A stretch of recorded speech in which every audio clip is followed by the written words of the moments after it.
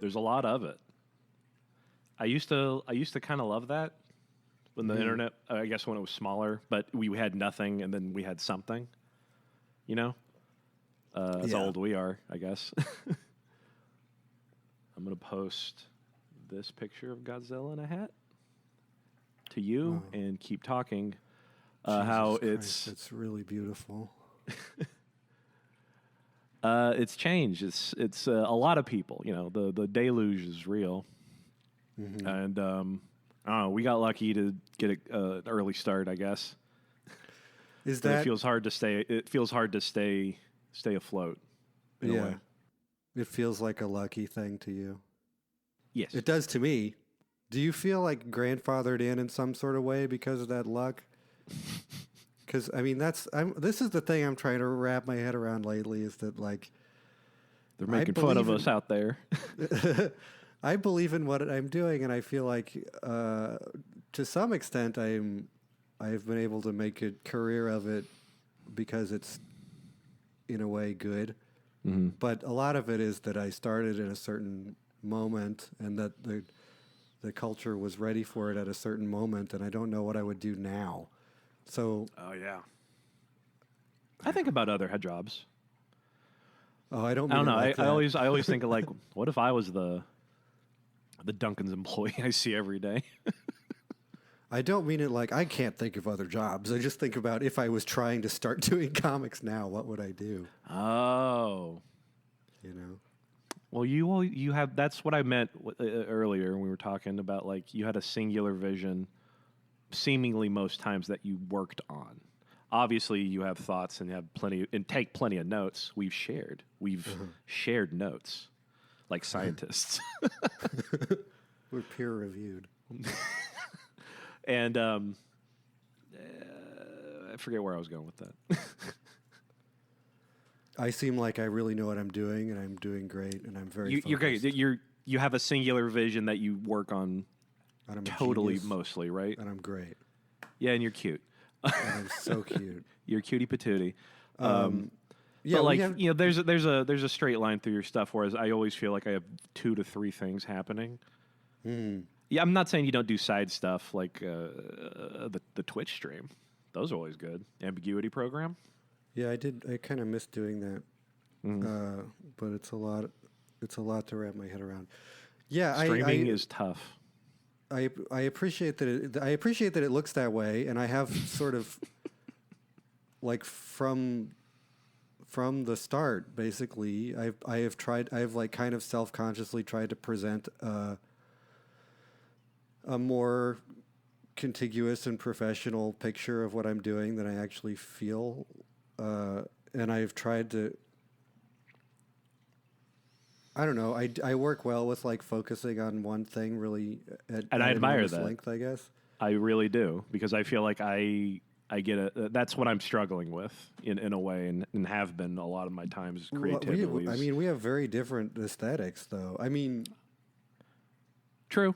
But I still can't help but think of like, why I just wish I put all my work, my eggs into this basket, and then I can move that to a new basket, you know? Yeah, no, I've got stuff like that. Which is so scatterbrained. But you have well, you have focused on larger things.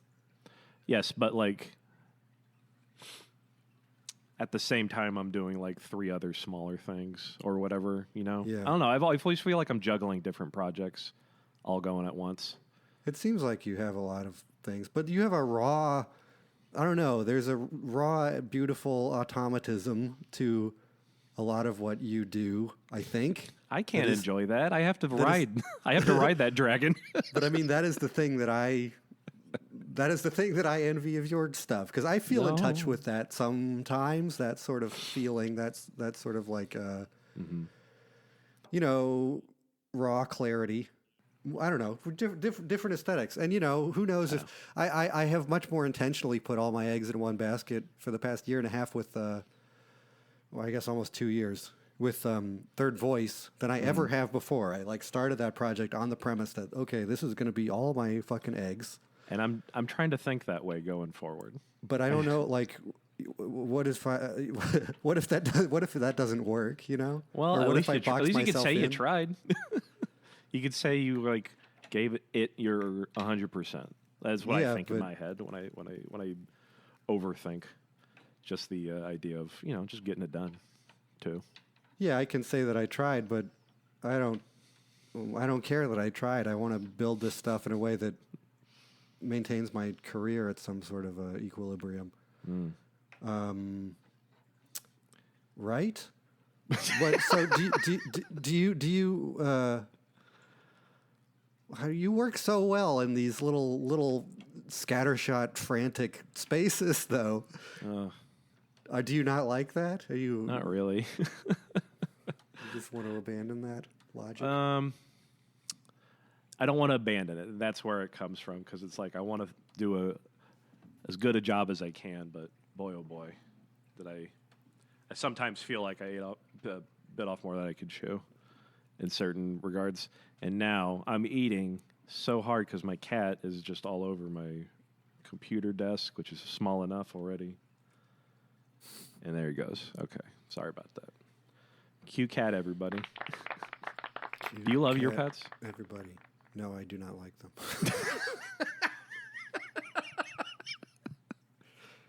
No, they're a large part of my life. I love them. I love the little dramas of their lives together. Okay. I'm lost. Give me a new topic. What are you reading?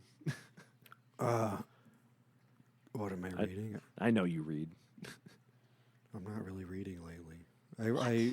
I got a bunch of comic books from the SVA library to go on vacation to Maine a couple weeks ago. I read the first big 3-in-1 book of 20th Century Boys, which I thought was fun. Cool. I read Roaming by the Tamakis, Yes. which I thought was beautiful and interesting, but not as good as This One Summer. Mm-hmm. And I read, I got the greatest Batman stories ever told from the late 80s and read a couple of stories in that. Okay. There was I've only something read the bro hits of Batman stories, Killing Joke, Watchmen, etc. Dark Knight Returns. Yep. That one was formative to me in some kind of way. That one was fun. It kind of rocks. Yeah. And It rocks in an old school way. It's so beautiful though with that watercolor and that weird, gross inking style that he had at that time, or no, that Klaus Janson had at that time. Yeah. Beautiful. There was something else. Oh, Alienation. My partner is obsessed with this book, Alienation by Inez Estrada. Have you heard of this? It sounds familiar. It was maybe 2019. It was a big Alien drawn Nation. quarterly. Yeah, it's I think it was a big popular comic for a moment. Now it's extremely gone and out of print. But it's this kind of grimy, surrealist, cyberpunk dystopia story. That was kind of fun. I don't know. What are you? You mean like reading? Annihilation or Alien Nation? One word, alienation, like you're alienated. Oh, Alienation. Estrada. Oh, stupid. It's beautiful. I love the weirdly, I don't know, the weird, how do I say this? The weird focus of how they draw.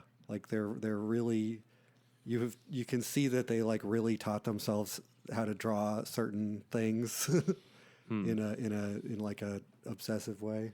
I like to see that. Oh, okay. I have found it because I'm dumb and smart at the same time. I have not seen this, but this looks interesting. And the library near me, I ain't no school. I ain't next to the damn cartooning school. Damn.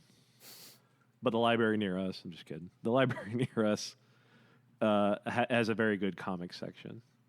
And through Cool. that, I've read some great new ones. Do you ever read The Great Beyond? Nope. Fantagraphics, Leia something, The Great Beyond. It's an excellent book. I'm reading, though, right now, Witchcraft, The Story of a Man's Quest for Supernatural Power by Eric Maple. What is the man in question? Man as in Oh. humankind. Not one It is a guy. book about witchcraft. It is a history book of the history of witchcraft and cultists and things like that. I've been on a cult kick lately. Been thinking about religion, all the good and bad of it. You ever think about that shit?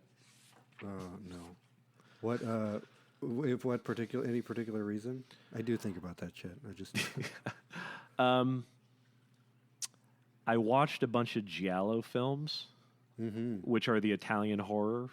That's just the name, the giallo. A lot of women screaming, breast out, getting stabbed. I'm familiar. The I good saw stuff. original Suspiria. I think that's probably the only one that I can call to mind. Yeah, they're all similar in like fun and different ways. And and a lot of them were about like I was watching a lot of that and other movies that had like witches, like old dramas from the day that were like, oh, the answer is witches. It's all witches, you know. And I started to think about like how I looked up more about Wicca when I was doing Back with Anthony. Because that was just the point of like the main the one time I did kind of world building, something you're quite known for.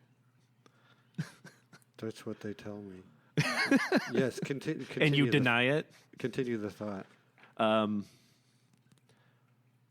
have it. It's in my hand. I'm grasping at it. I'm trying to remember. I looked up Wicca just because the simple idea of a starting, like, in media res of Back was that Wicca and Christianity switched places in the hierarchy of society. So like Yeah. covens were more common, and you had bored witches who were like the similarly listless priests, who were just so focused on death of an old cowboy town. And I liked looking that up because I wanted to be respectful of that, honestly. Cool. And I found it interesting. And recently, again, my neighbors in this apartment building I live in had a CD release party for their band with some friends, with a very like pagan and devil themed kind of rock show they put on that was so cool and fun and interesting. It just made me realize like I've lived in northeast. Yeah, the Northeast. Yeah, that's the ticket. New England, they call it. I'm smart, and haven't really like dabbled more into like just the history of and the practice of all that, not just from a story standpoint, but absolutely I am working on something. So it's research in a way. Is that Yeah. is that a way you approach? Is that a thing you do very much?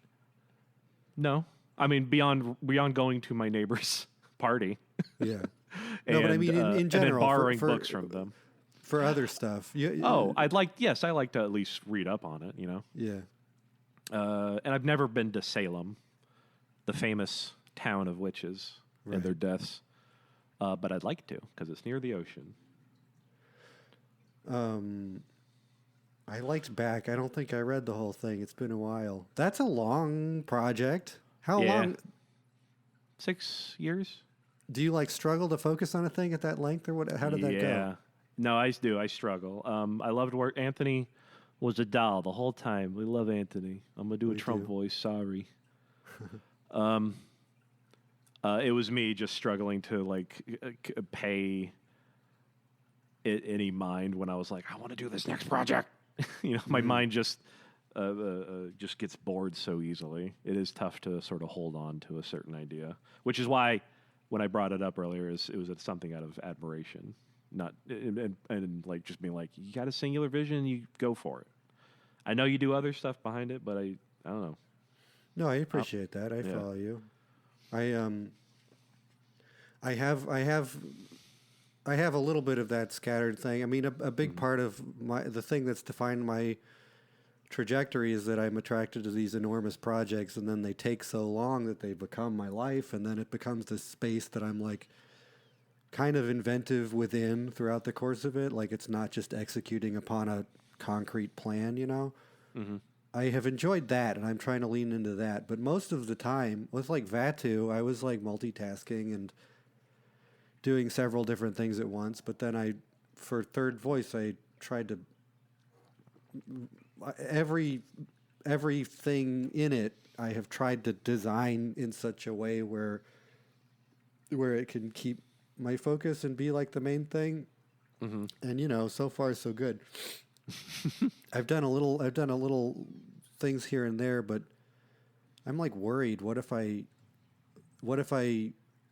get onto some other thing and then I lose my focus and the focus and the continuity on third voice, because I really I depend on being able to get in that headspace, and the characters in this one are so real to me and I don't want to lose them, I don't want to break it. And it's been like 2 years and I've mostly been it's been more a bigger part of my life than anything that I've worked on before, probably. Mm-hmm.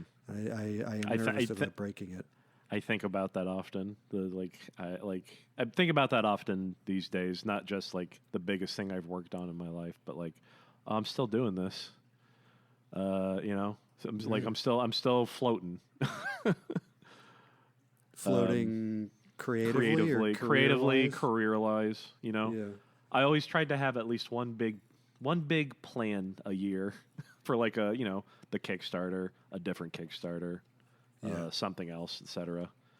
And now it's like, go ahead. You say floating. I mean, is it? We started talking about this on Blue Sky out of some. I feel like we've had little conversations about like despair in what we're doing. When you say floating, is that a despairing feeling? Does it feel? What is that? What does it feel like? How sustainable does it feel to you? I guess.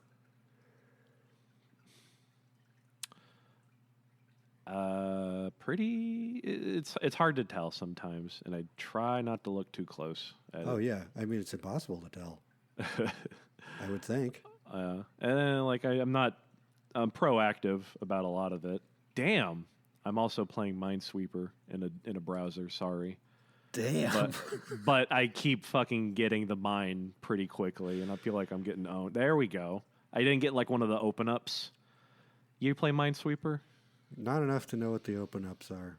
It's when you click on the row of, you know what it is, correct? I know it's a grid and you put little flags. Yeah, but you're also clicking to find if there are open fields that show you more than one number, and the number corresponds to the 8 other squares that say like there's a mine here. All right. I'll take. I wasn't getting those. Okay. Sorry. I'm not lying. I grew up on Macintosh computers, so it was not a part of my idle computing time as a Probably child. had it on Macs. What did you do for your idle computing time as a child? Oh Jesus, I don't know. Do you remember Kid Pix? Sort of. I just went to this vintage computer. God, I feel like we lost a train of thought there that I want to return to. But Sorry, no. I just went to demon. the Vintage Computer Fest in New Jersey because a friend of mine from college was going. It was awesome, but they had all these old black and white Mac computers set up with Kid Pix, which is like this extremely limited, like kitschy, MS Paint type program. Yeah, I think I've seen people talk on it. I never had it personally. It's like you can't really do anything with it. There's just all these tools that do like quirky little sound effecty things, Mm-hmm. Mm-hmm. That's my summary of Kid Pix for you. Thank you. I had it on the little. My parents were graphic designers when I was a kid, so all their I would use all their old abandoned Macintoshes. Hell yeah. I had Mario Paint. That was fun. We had a damn mouse. It came with a mouse. Oh, the SNES game with like. Yep. It was a mouse Wow. that just plugged into the SNES, and you got like a flat plastic board. That was your mouse pad, as big as a Wacom, like an early Wacom tablet. That's wild. It was fun. I'm sorry. I want to keep. I keep. I'm pulling sorry, it- I keep pulling us back to this. Like, I want to talk about what our careers are, what the internet is. Internet's going to be something different every GD day. That's how What do you what do we make of Webtoon? it's a business. It is Someone that, called yes. it. Someone called it a corporate webcomic, a corporate webcomic type of thing, and I'm like, yeah, that's it. That's it exactly. That's all it is, Yeah, and that's fine. it's Like crazy that yeah, I use it as we both use it, right? Just as I- simple, like just hold my comic, please. yeah, absolutely. Yeah, I have And no qualms with that. Me neither. There's a lot of people are like justifiably mad about how exploitative and weird it is as a platform. It And then absolutely is. It absolutely is. But then they're like, and therefore I will not use it. I'll just have an independent website. And Yes. like, fucking use it anyway. Who cares? yeah, yeah. Just don't sign I'm a doing- contract with them. I'm doing both of those things. Yeah, Yeah. This is what I'm trying to. So I've been teaching a class at SVA. Did you know this? I probably told you this. Yes. How's that going? Pretty good. If I you haven't. wanna- I mean, now I'm in summer, so I haven't done it in like 3 months. So I feel like I've forgotten entirely how Yeah. to do it. But that's the big divide because these are all like undergraduate age people, so they don't know the free self-publishing internet. All they know is platforms, and Yeah, they don't. Yeah, they don't know exactly. Everything's a fucking app. Everything's an app that's paid. Everything's paywalled. yeah, the browser is old people stuff. This is the sense I get. No, you're right. It's just funny to be like, yeah, that is it. Oh, okay. A weight has been lifted suddenly. And my students are more literate in this stuff probably than the average people of their. This sounds like I'm being dismissive of young people, but like, everybody just understands where they're at. Yeah, if it does, we're sorry. We're just old. Forgive us, or don't.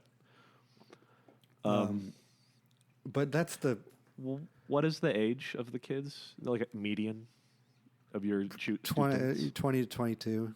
Okay, I have a friend who's a teacher of high school, and he's an English teacher who got them to approve of like doing a graphic novel class and stuff like this. Cool. And he's always telling me his attempts, and he also loves One Piece, and so we have to talk about One Piece. Mm-hmm. I'm sorry to get off topic again. It's okay. I'm not stressed about it. Okay. Well, what else is there to bring up? I just, it stresses me out, but I guess today I'm feeling all right, Mm-hmm. because I know it is what it is, and the one thing I learned about my own depression is like I can learn to ride certain waves and be okay. What does that mean? Waves of if I'm feeling good one day or down the next, the depression that I have, and take medicine for ebbs and flows in a way. Mm-hmm. That I am just able to understand and sort of go, all right, this is one of those moments. Yeah. You can sometimes work can be done in those moments, but it's not easy. Shit, I just got a mine. Oh, I'm so sorry, man. It's okay. I guess I don't. Something to do with my hands. I don't know exactly what work work looks like for you. Are you mostly making the stuff, or is there a lot of administration you're doing, or what? Yes to administration. Yeah. And I didn't realize how much it would kind of like. It just wears me out to be at the computer so long. Yeah. Like I don't know. I loved getting when I did this for myself and didn't have many things I had to do to survive in, say, Oklahoma City, where my rent was very low, let's say. I would just take nights where I just couldn't do anything and just go driving down like the freeway. Mm-hmm. And that was fun. I don't do that much anymore. I miss doing that, I guess. That seems very rock and roll dad bullshit. I'm sorry. I'm sure you could fit rock and roll dad stuff into your life. I ain't no dad. Yeah, but it's a I state come of bad. mind. I come stanky. I can never I can never be Bandit from Bluey. What administration then? What You administration? seem to get a lot of fucking comics done. Oh, I just draw quick. Oh yes, I do know this about you. I was talking to Rich Stevens, a good old boy who showed up the other day for a small. Danielle Corsetto was doing her tour Yeah. of New England, and she did it just right down the street from She's here. going to be in New York in a couple days. I may go to see her. Continue. Go do it. But Rich was there, and he still talks with a friend, John Allison, and he's just like, I see the same kind of not monster, but like you got that same energy in you. The both just the constant drawing, I suppose. You and John. Yeah, Mr. Allison. Yeah. Mr. I d- Allison. Mr. You have this automatic thing, man. I love your sketchbooks. You like iterate on shit and explore. I don't know. I love seeing people's sketchbooks, seeing how they draw in an unrehearsed way. It's like Same. seeing how they think, you know? Yeah. Anyway, that tracks with my understanding of you. Well, no, and it's miraculous that you have fit that into. No, that sounds dismissive. I'm sorry. It's miraculous. No, that it is because I am I need to work on my a lot of other things outside of comics. It's miraculous that any of us have fit our little obsessions into something career shaped. You know. Yeah. I mean, How are you handling it? Is it rough? Is it rough for you? No, I don't know. I feel pretty stable. I'm living extremely cheaply, and Amen to that. and yeah, and I'm mostly leaning on Patreon more than I used to, and I'm making a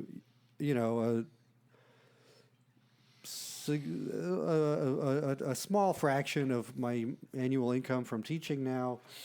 Yeah, I don't know. I feel extremely lucky to be able to feel like I'm doing something that is kind of a culmination of all the stuff I've been doing, and that I feel continually like engaged with. It just feels harder to find the desire to want to remain engaged.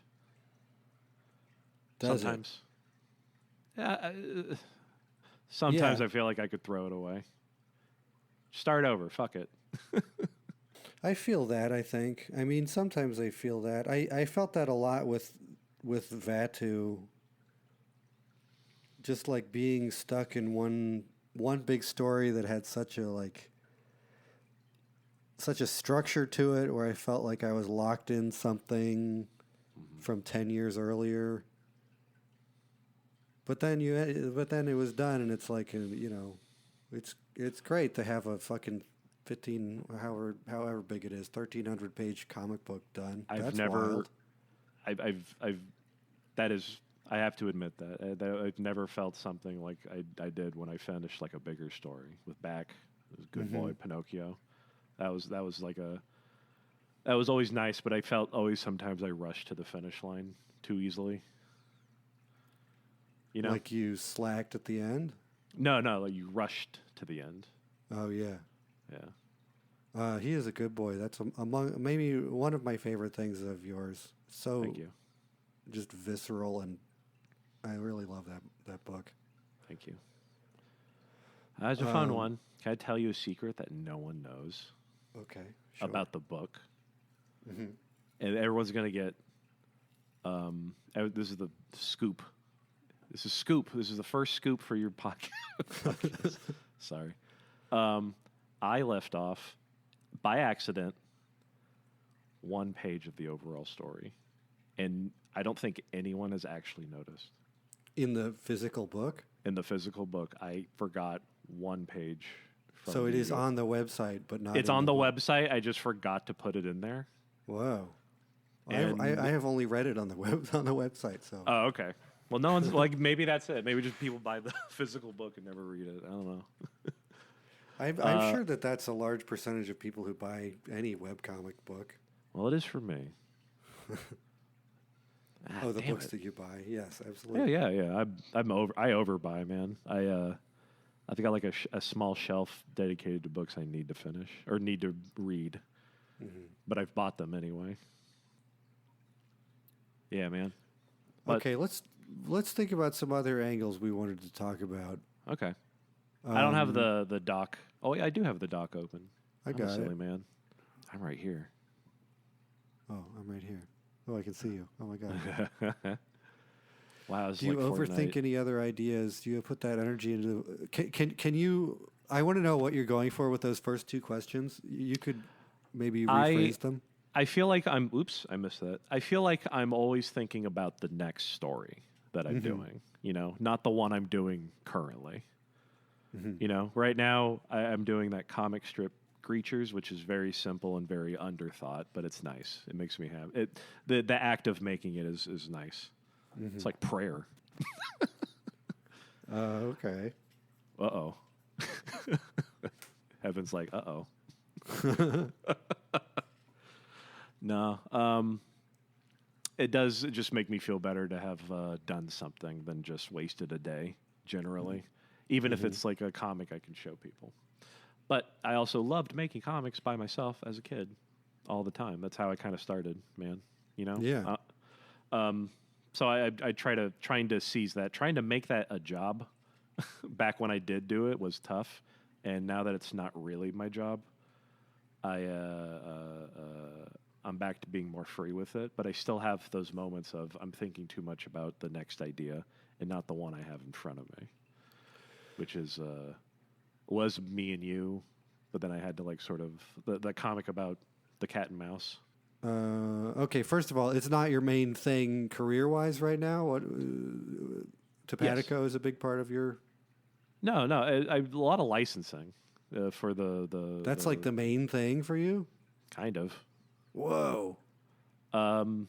Just sort of like talking it out and getting like royalty deals, and those they come in quarterly, which isn't like a lot, but it's steady and it's getting better as we go through more different things.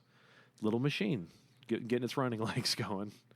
Okay, I would like to return to that, but I want to think about this this overthinking future ideas when you're working on something. I used to have that feeling. I feel like maybe it's dissipated as a function of getting older or something, but I used to have that feeling, and I remember like so about a year when the end was in sight for like some big project, I would become fixated on the next thing. Yeah. And like all my energy would go into doing all the pre-production for it. Yeah. This is what I did with like the last year of working on Rice Boy and the last year of working on Order of Tales. I was fixated on the next thing. Sure. And I guess the last year of working on Vatu too. But Sure, but you seem to have had followed that plan, and we talked about this earlier. It's about having a sort of like, I'm only going to do this until it's done, and then only do that until it's done. I'm thinking about 4 different stories, you know, different variations of completion, you know, or you are think yes, and that's all I mean to ask is because sometimes I just can't. I feel childish for not being able to focus on one thing and do it online the way doing a webcomic weekly kind of helped, you know? Mm-hmm. Yeah. I mean, I don't know. My whole process is so locked into just serializing online on a certain schedule and having having some expectation that people will read it and give me some tiny feedback. So that, I mean, it's formed a kind of feedback loop that's made it a little easier for me. But I mean, it's not productive to think of it as an immature thing, you know? Yeah. You maybe have certain tendencies that you have leaned into or could lean into, or you know, there's no guaranteed. How do I say this? There's no like perfect ideal way for any of the work that you're making to exist. It only exists how you're able to make it exist, you know? Yes. I that's something I've been trying to wrap my head around, and that I have found a little encouraging. Let me tell you, actually, I think I started thinking about this around when I was getting really obsessively into Berserk a few years ago. Hell yeah. You like this comic, right? Love this comic. You I need to. I was rereading up till the just the golden arc just finished, and you got that Fairy Children arc, which is fine, but a little dark. Yeah, I don't think I got for Berserk. Yeah. I don't think I got that much further than that. I remember I read the Eclipse and like some of the little stuff after that. I got to read the whole thing, but I was so fucking blown away by that thing, and the thing is, it's so like uneven, and the fact that it's originally serialized and then just collected into big books, Yeah. is so evident, right? Like you can feel the kind of like okay, we're going to do this thing this week rhythm of it. Mm-hmm. And that really made me think about, I guess it was that and reading Dragon Ball really made me think about like, there's no ideal way for this comic to exist. It only exists because it had to be serialized in that way. Yeah. And so there's these compromises like built into it, but that is fucking how it exists. You know, I'm not really saying this right. No, Just I know what you mean, and I love that about manga too. When I got into like reading all of Dragon Ball, Dragon Ball Z, all of One Piece. That's right. There's like 1 million chapters of One Piece, and I've read them all. Oh man, I have him. That seems cool to do. I don't know if I can do it. It's so cool to have read all of One Piece. No, I really come to appreciate how a lot of manga has affected my own work in the way like you just enjoy like the fun energy you can get from just flipping one page to another page, especially in Berserk. Like the later stuff is after the dark or not the dark, but like the Elven Children demon arc. It goes into the whole thing with the the priests, the flat-faced priests, and all those guys, and they do like a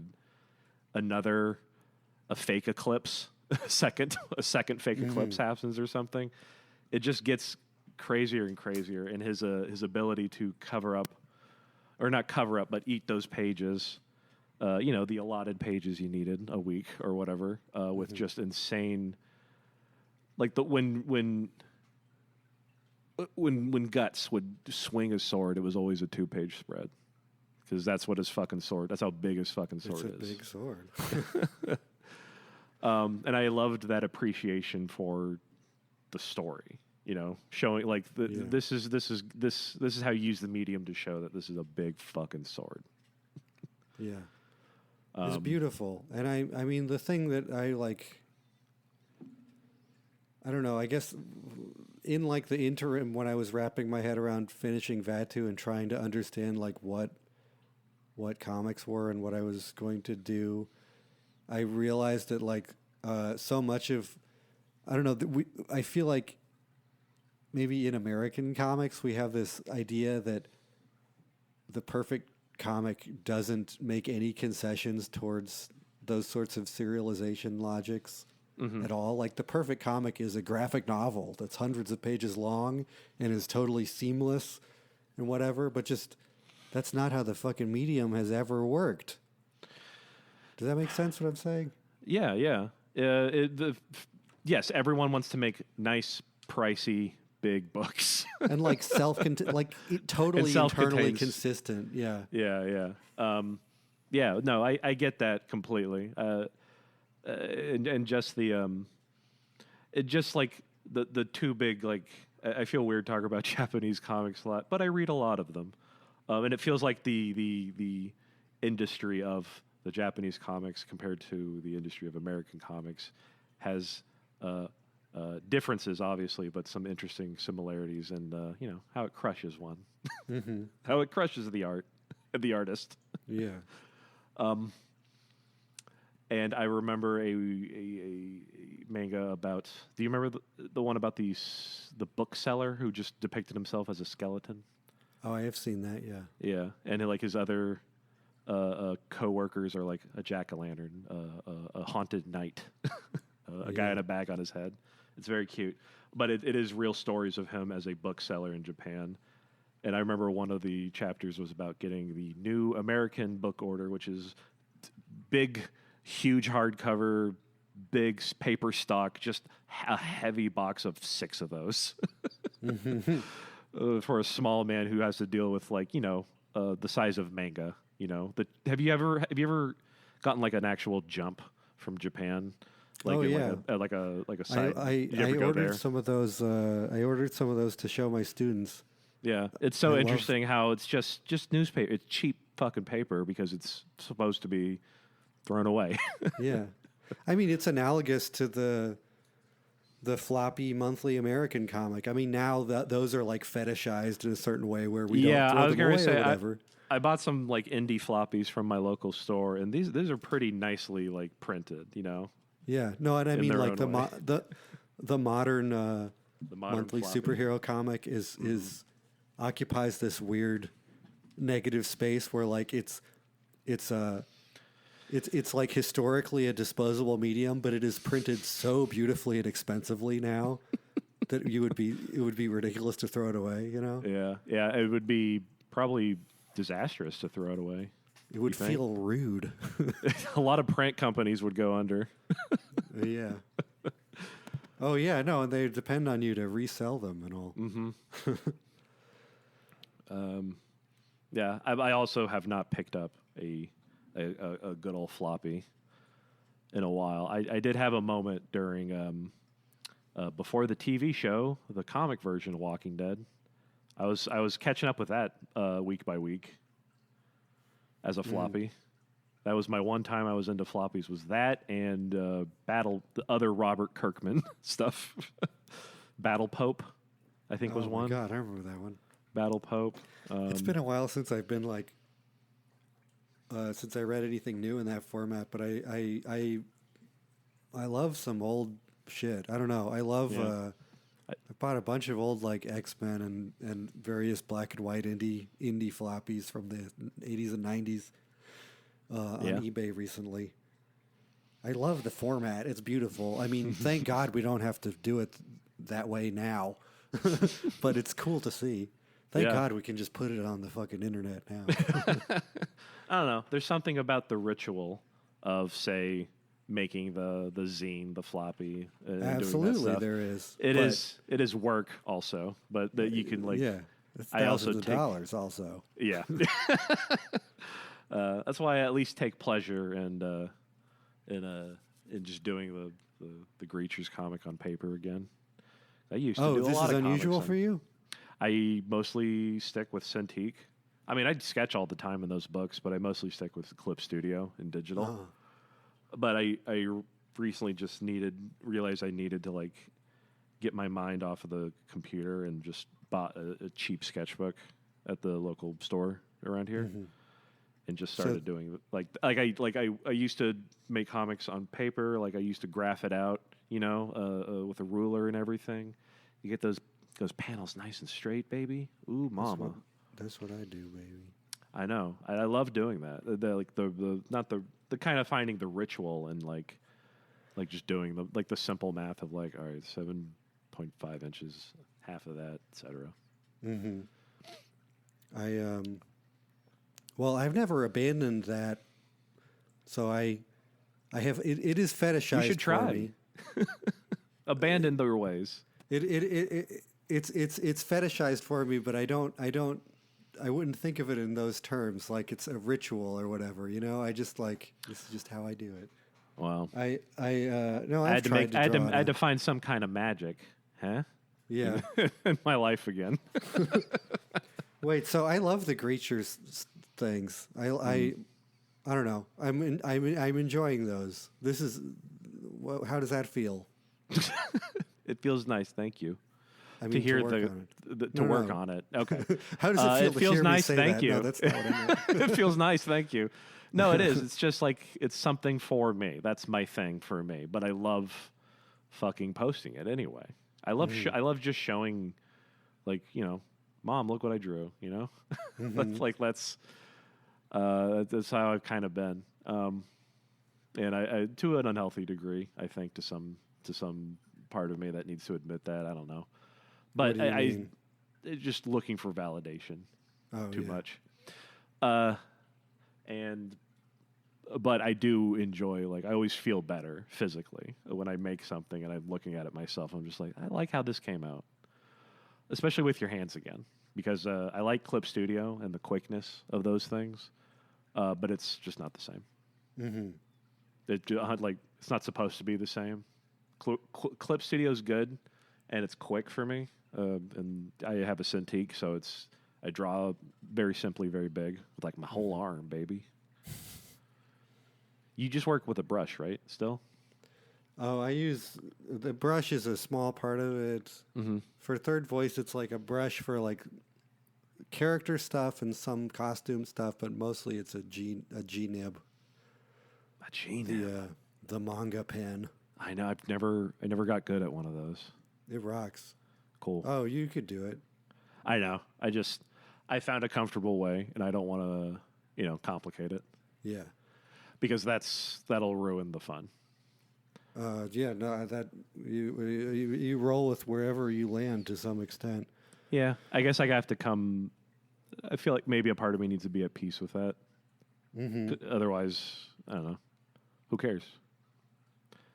Yeah. Well, I mean, the important thing is that you land on some way of making the work that isn't uncomfortable and that you can be productive with.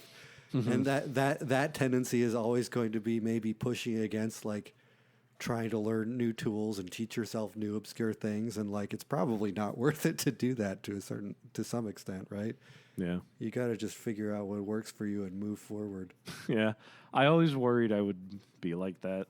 I think I secretly as a kid was like, I'll never want to stop learning. Oh, I remember distinctly that feeling. I found some like old journals or something I was writing. I forget exactly what it was. But around when I started Rice Boy, which was like, I had drawn a lot of comics before then, but that felt like a watershed thing. Like I had figured out what comics were to me, and I was making something that felt like me. And I was like so excited around then of like, I'm going to make all sorts of fucking comics. I'm not going to get boxed in like all these other fucking hack artists. I'm going to do everything. But no, it just turns out that like I figure out a certain way of making work that appeals to me, and I think that it's rich enough that I can do other things within it, but it's all kind of going to be, enormous fantasy adventure stories. I had a moment where I felt like I had to fight for the importance of art in the growing concerns of the world. Importance of like what you're making? Yeah, of what one makes, and I guess myself to an extent. Yeah, to myself. But it's like, I also. How do you feel about the old Kurt Vonnegut quote? This is Kurt Vonnegut, I think from 2003. Quote, "When it became obvious what a dumb and cruel and spiritually and financially and militarily ruinous mistake our war in Vietnam was, every artist worth a damn in this country, every serious writer, painter, stand-up comedian, musician, actor and actress, you name it, came out against the thing. We formed what might be described as a laser beam of protest, with everybody aimed in the same direction, focused and intense. This weapon proved to have the power of a banana cream pie 3 feet in diameter when dropped from a stepladder 5 feet high." Unquote. I mean, both of us are working in such like trash pulp traditions. No offense. I mean, like, have you read Player Piano? Yeah, no, he was too. Absolutely, he was writing paperback science fiction. Yeah. But like, I had that feeling at one point too. But I have always liked being in comics because it all of the grandiosity feels just stupid because it's all trash, and there's all these. I don't know. It feels like no, I agree. I'm laughing, but I agree. It feels kind of silly. It's nice that there's no tradition of really taking yourself extremely seriously like there is with fine art or whatever. I guess there is. I mean, there's some people who take themselves very seriously, but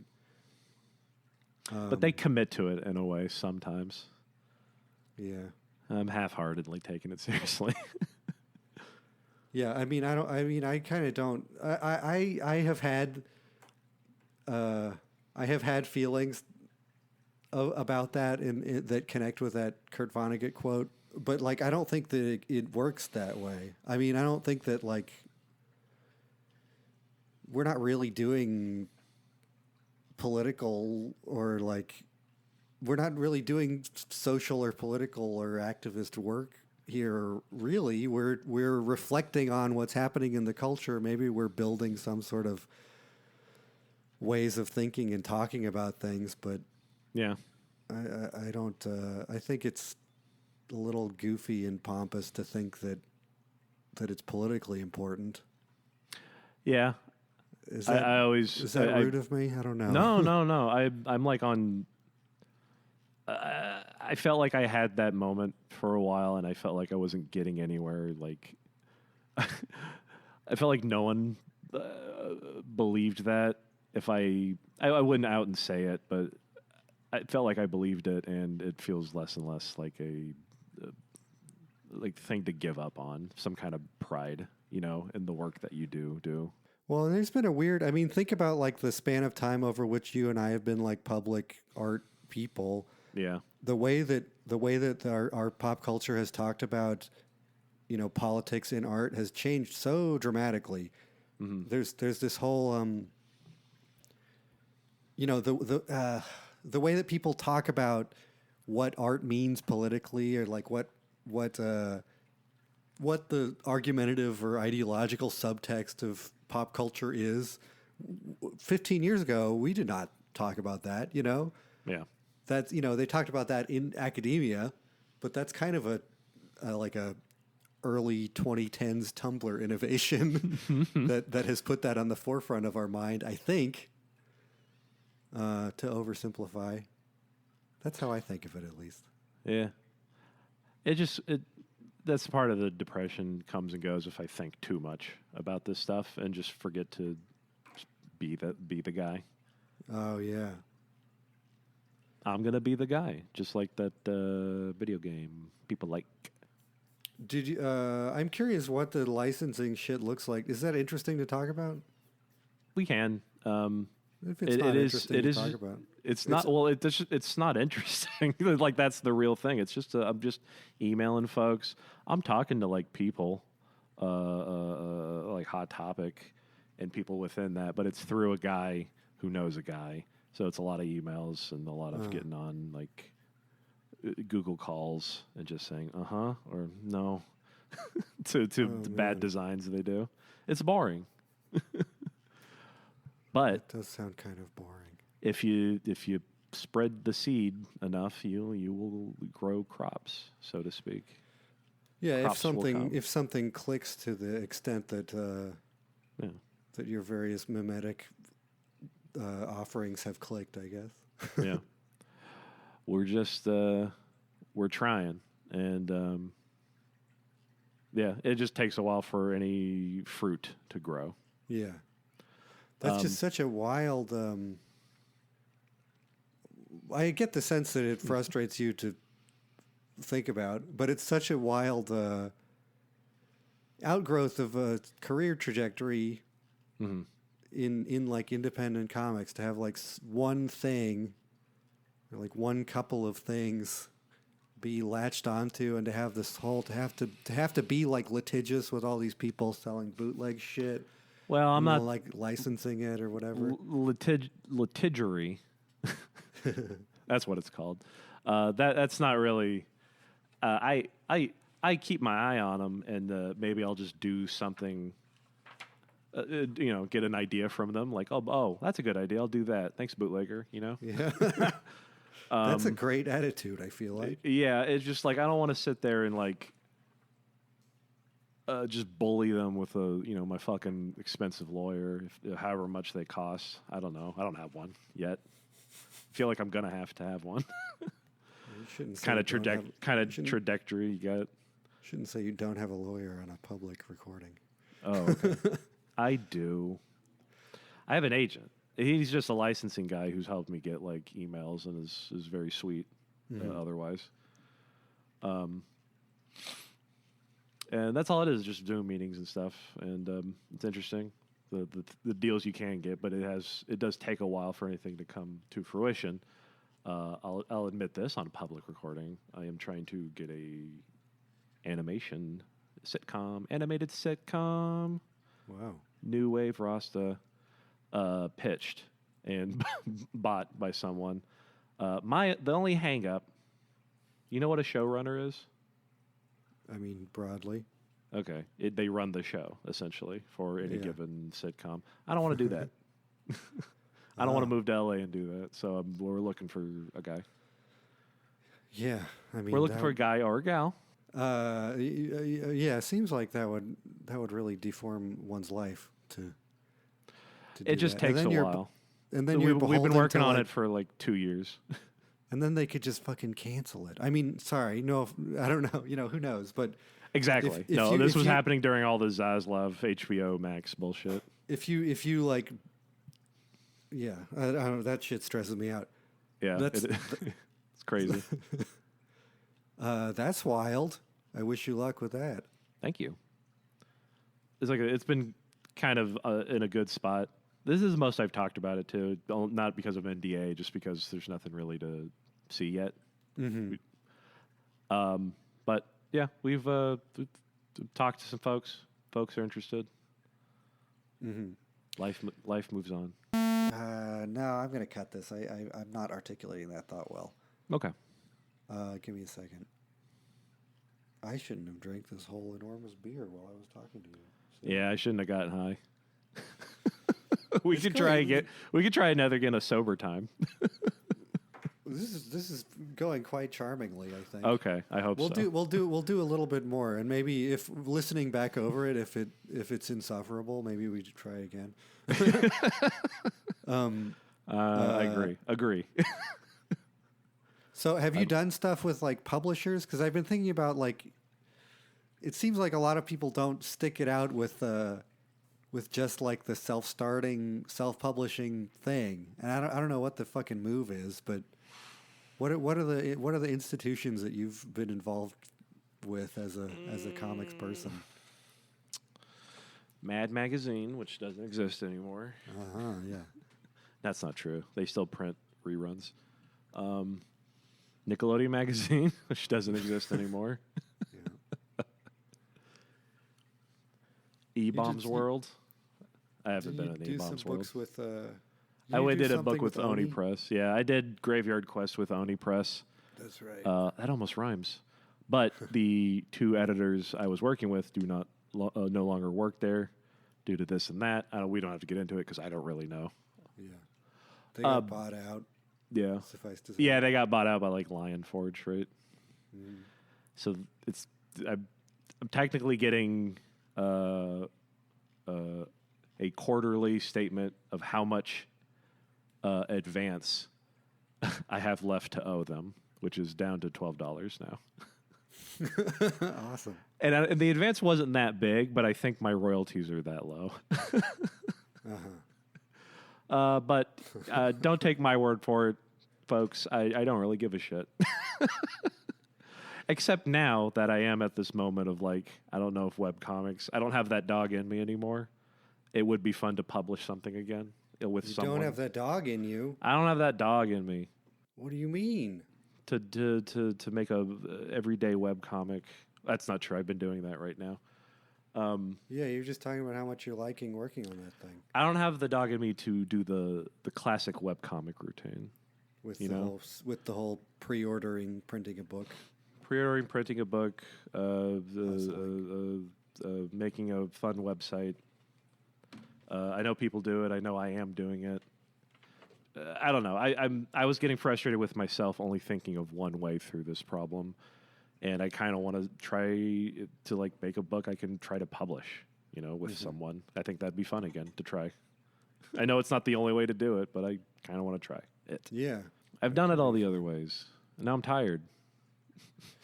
yeah. I mean, I've done it. I've done it multiple ways, too. I just like what about the long game? I mean, I like it was The great. long to do this- game. Go Sorry, ahead, go sorry. We're so polite. We're both so polite, boys. The Polite Boys podcast.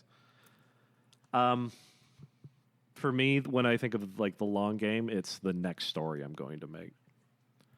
No, I know, I understand that, but Yeah. like, fitting a career around it. I don't know. This is how I'm always like going back and forth and like thinking about the work and thinking about how I can materially afford to make the work. And like I did those books with First Second. That's $25,000 advances for each one. That's great, but like that's it. You know, that didn't turn out to be like a long game career thing for me.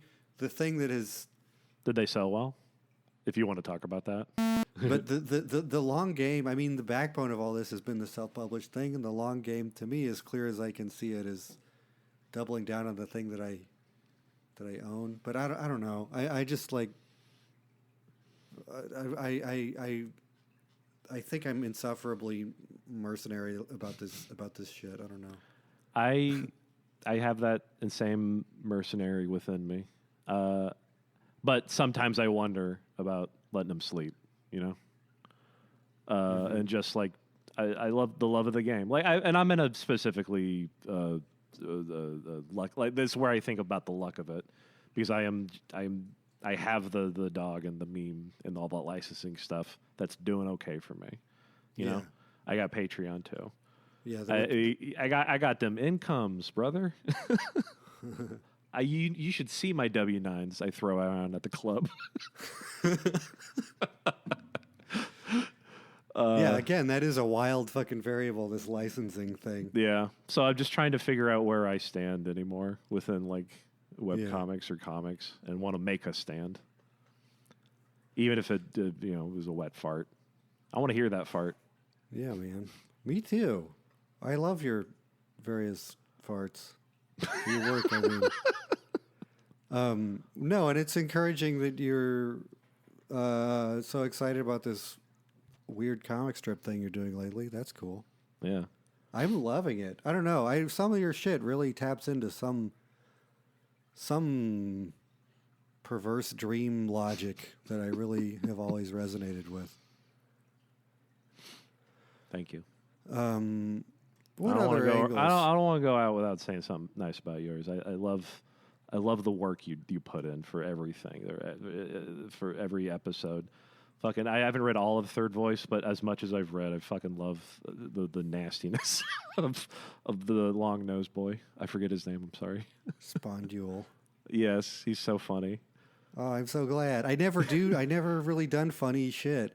I like he's just like a good dirtbag. Yeah. in a very high fantasy way. And I'm learning all about that through like, I don't know if he's a dirtbag, but like in a Tom Bombadil type of way. I'm hearing more and more Tom Bombadil actually kicks ass. Yeah. I love a Tom Bombadil. No, it's funny working in this register because like for like Vatu is such a straight faced like epic fucking serious mythic story. Yeah. And Third Voice is kind of that too, but like there's enough, the characters are all like marginal idiots, so there's like room to fuck around with it and make them do a bunch of slapstick violence and shit. I'm really unknown to their own. Yeah. No, it's kind of like there's a bigger Rice Boy-esque, maybe not Rice Boy-esque, but Vatu-esque story happening around these guys. But they're like they're at the mercy marginal. of it. They have no idea what it is. They're at the mercy of it. I always like thinking of the story about that in that way, in that abstract, maybe overdone, but like very abstracting the story from like the characters. Yeah. Just ripping it apart and just being like, these are my toys now. Do you talk to other artists to pick their mind around New York?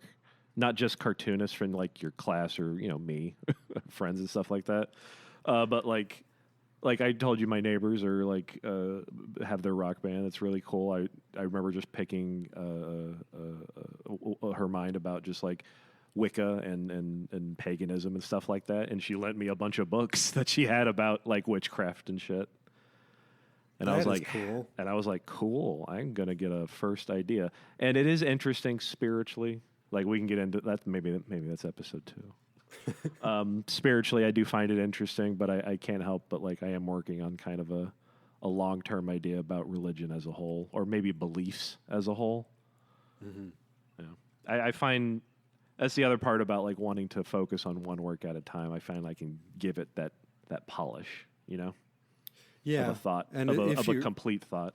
if you're working through an idea that's very complicated, it makes sense to be able to apply your whole brain to it. I would like to try, but my brain is so. That's cool. I mean, interested. look at how fucking vibrant that is. Just talking to somebody somebody in a different medium with different interests than you. And Yeah. I've been there at multiple points. Like, Do you do that around your others? not in any. I guess a little bit. I don't feel at all connected to. For the most part, I don't at all feel connected to any sort of local cartoonist community. Same. A little bit. Well, there's a lot of cartoonists per capita where you're at. I still don't feel very local to them, and my boys Jeffrey and John, our cartoonist heads themselves, don't really do the day-to-day drawing in the way I do. They do, and I'm blessed them every day when they do. I praise God and hold my hands. Yeah, I don't know. I used to be more connected to. Well, there used to be more of an intelligible scene, I feel like. In New York City? Just generally among people our age when we were of a younger age, maybe. Yeah. I mean, the webcomic community that we were a part of and around just doesn't really exist in a way anymore. And that's our community. That's not the community. Obviously, there's those kids fucking lapping us.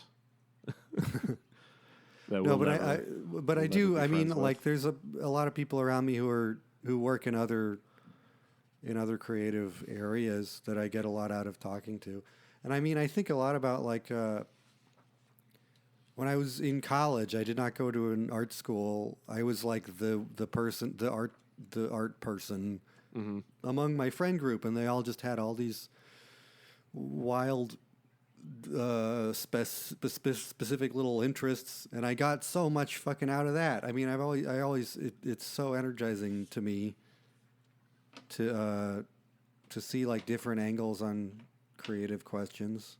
Yeah. I kind of get more out of talking to people who aren't in comics sometimes. Yes. 'Cause I I've feel been like- I've been trying to get out more in that way, and I live in an old building that has been turned into some apartments, some businesses, and so there's a lot of different people. I'm meeting a lot of more different people who are just randos in town like I am.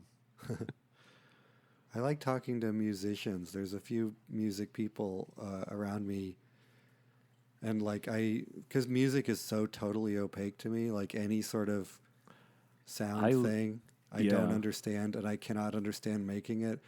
But all the questions are the same, and people are moved and interested in the same things. Yeah, That they I are feel in so any field. intimidated by like the guys around me here in Western Mass. Mm-hmm. They're all so cool, and like and music is like fucking a really big inspiration to me. So I respect it a lot, Yeah. So I just feel intimidated about it. The most I can do is just hit the drums around, and that's just fun. You ever hit the drums? I don't remember if I ever. I probably have. Okay. I'm afraid of music. I can't make it. I listen to it. I know. I'm also But it's- I respect music. It's just like sorcery to me.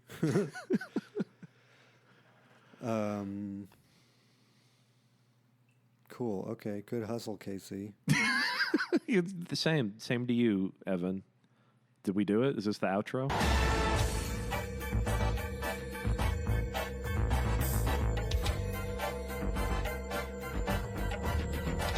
I'm incidentally wearing the shirt that you made several years ago with the rat on it that says "Never Having Good Days."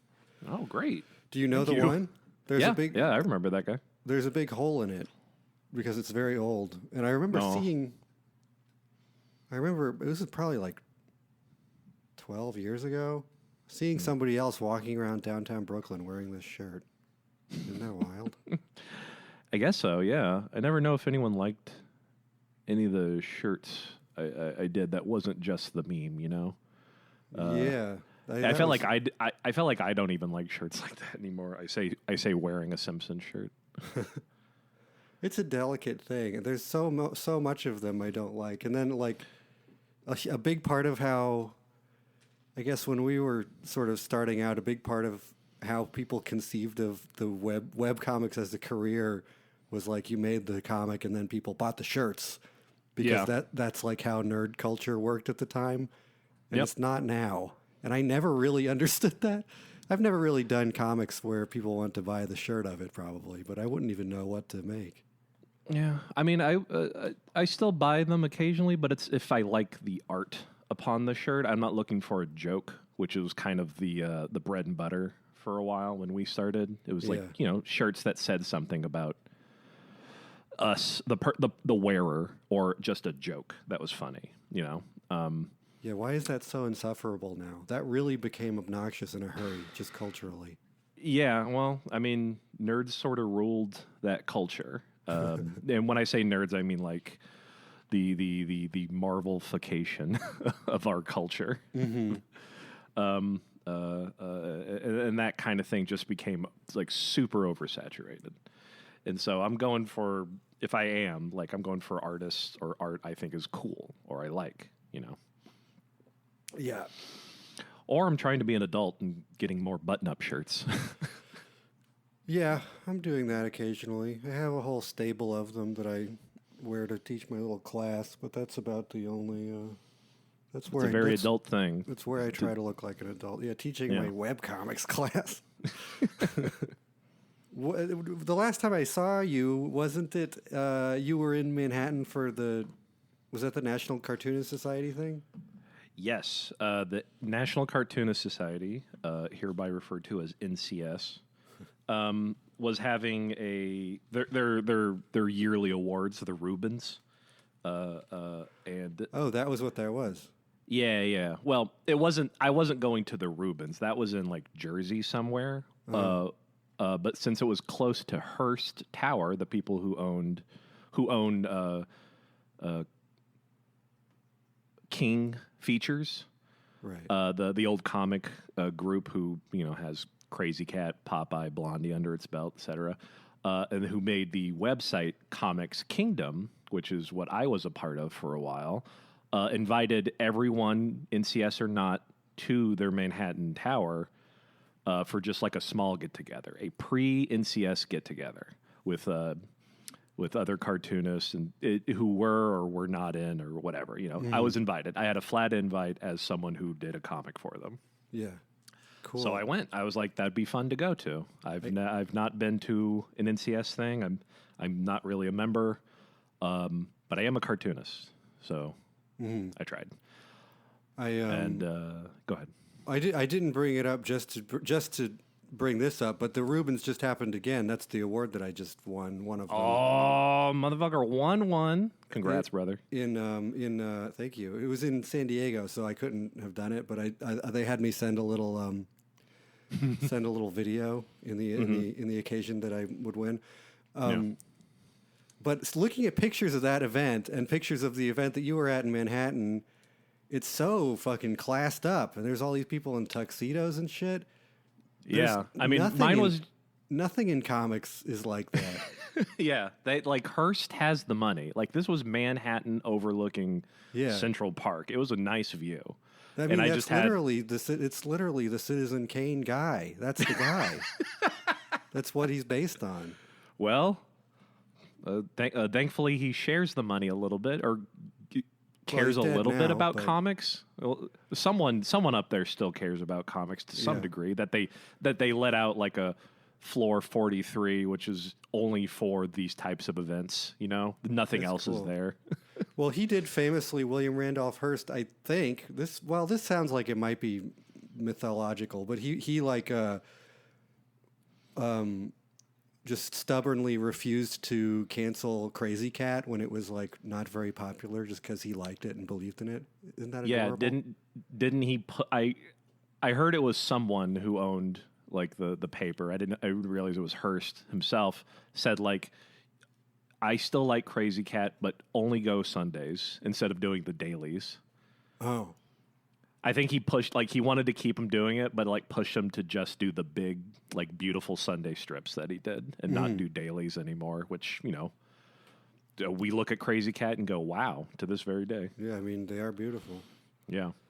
I could be misremembering that, but I could be misremembering my part of that. So let's well, just both move of us along. remembered half, so I think it's wholly true.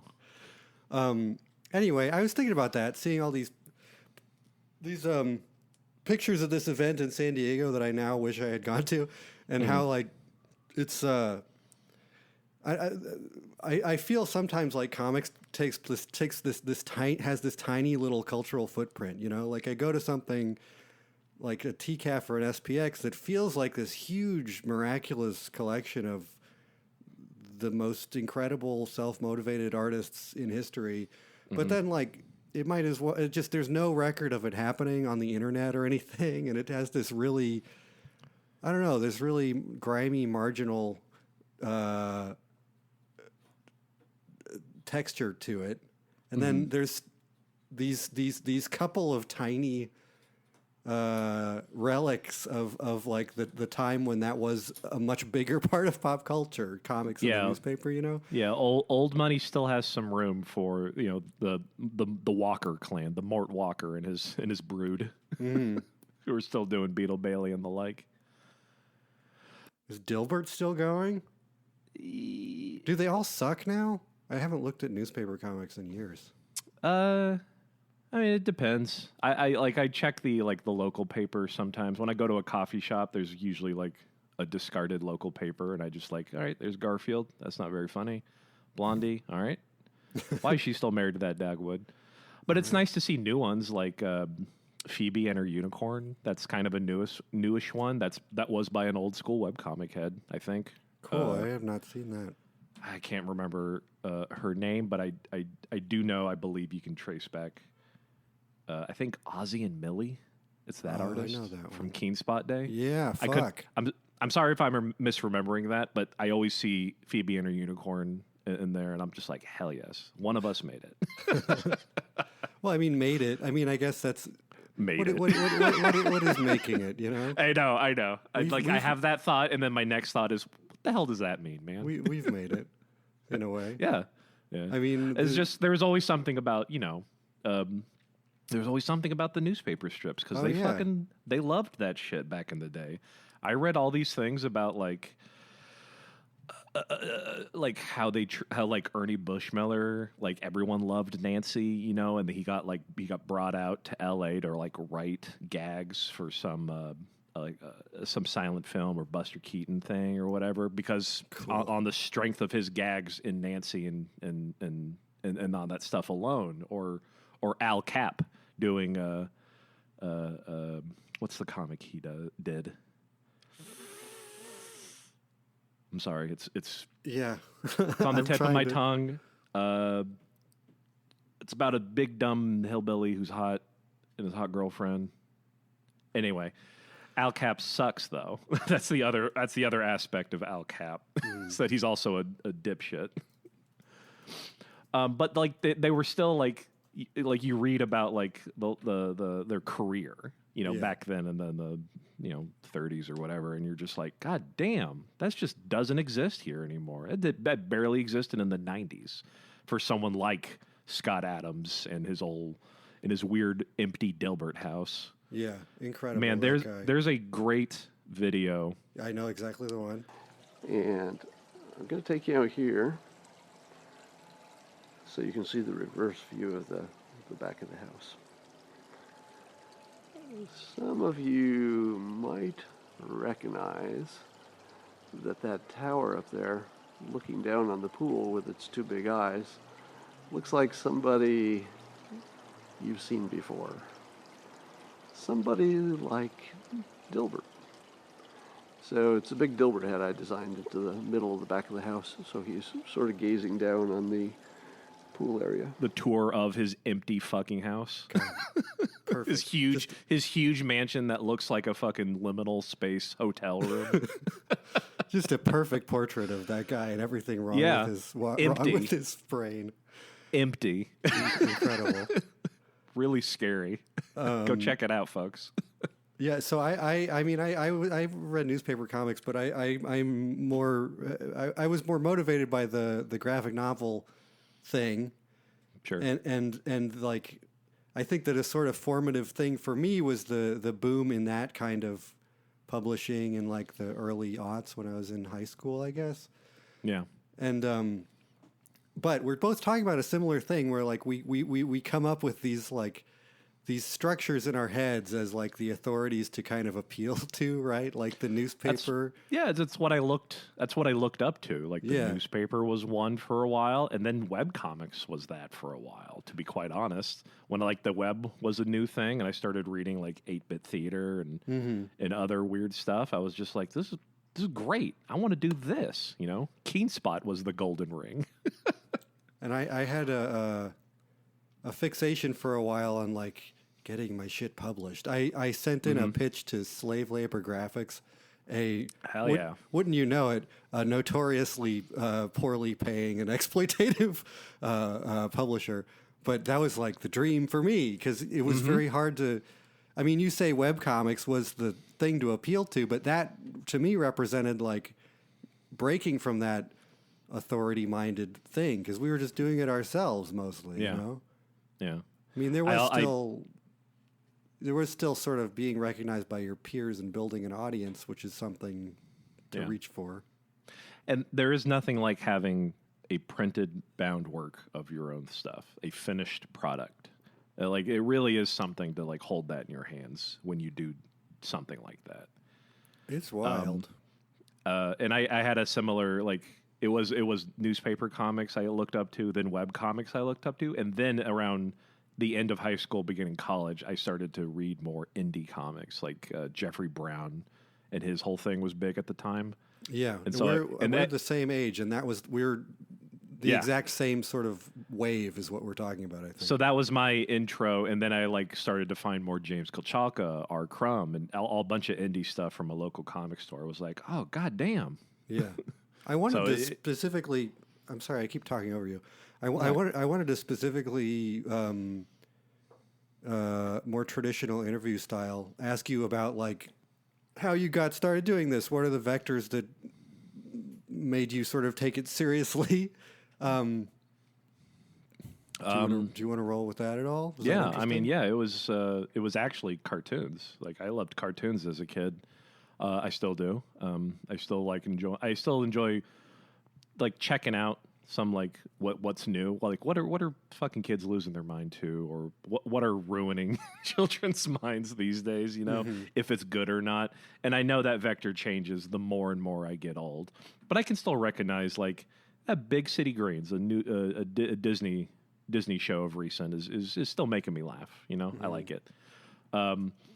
Bluey is not that bad, even though everyone's fucking gaga for it. Man, I'm not really up on this stuff at all, but I did watch some of that and was really kind of blown away by how artful it is. I mean, It's a very it does not charming, have to simple be. show. Yeah, yeah, it's a very charming, simple show, and Yeah. then like, you know, sometimes those come through, but then sometimes you get the Tiny Toons reboot they did on Hulu, and it's just like, this is not for me one iota. I don't know who this is for.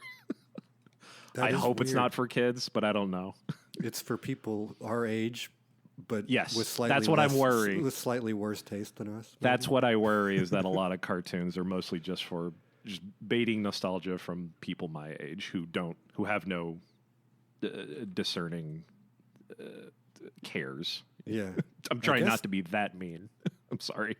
that's okay. I think they've really figured that. I mean, some calculus has been done that has determined that that's where it's fucking at lately.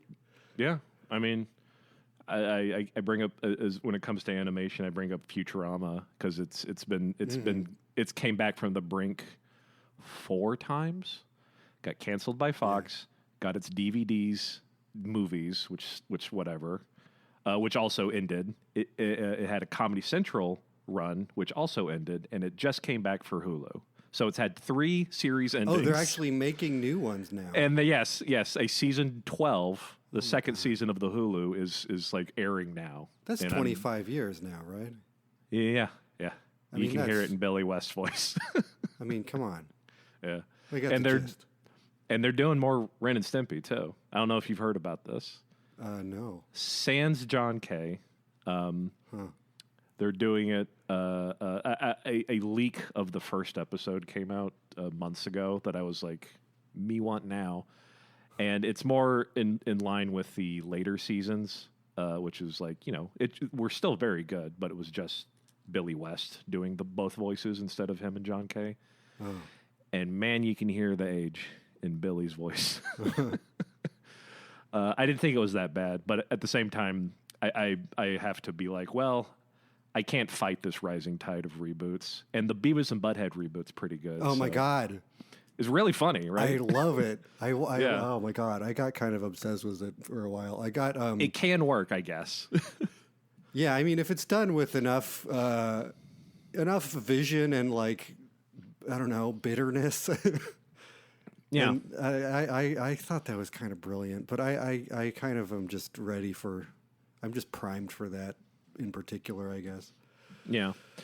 So cartoons really kind of gave me the imagination that I have when I was a kid, and then in third grade, I like would draw with some friends, and we made a comic together, and then I kept drawing the comic, and the other friends stopped.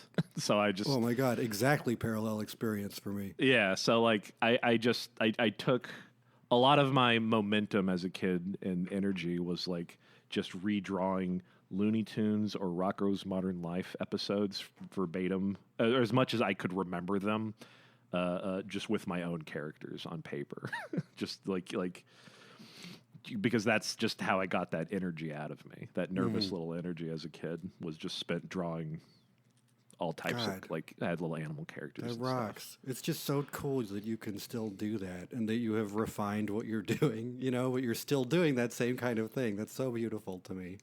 I feel like It's- emotional about that. It's awesome. I feel emotional too in different ways.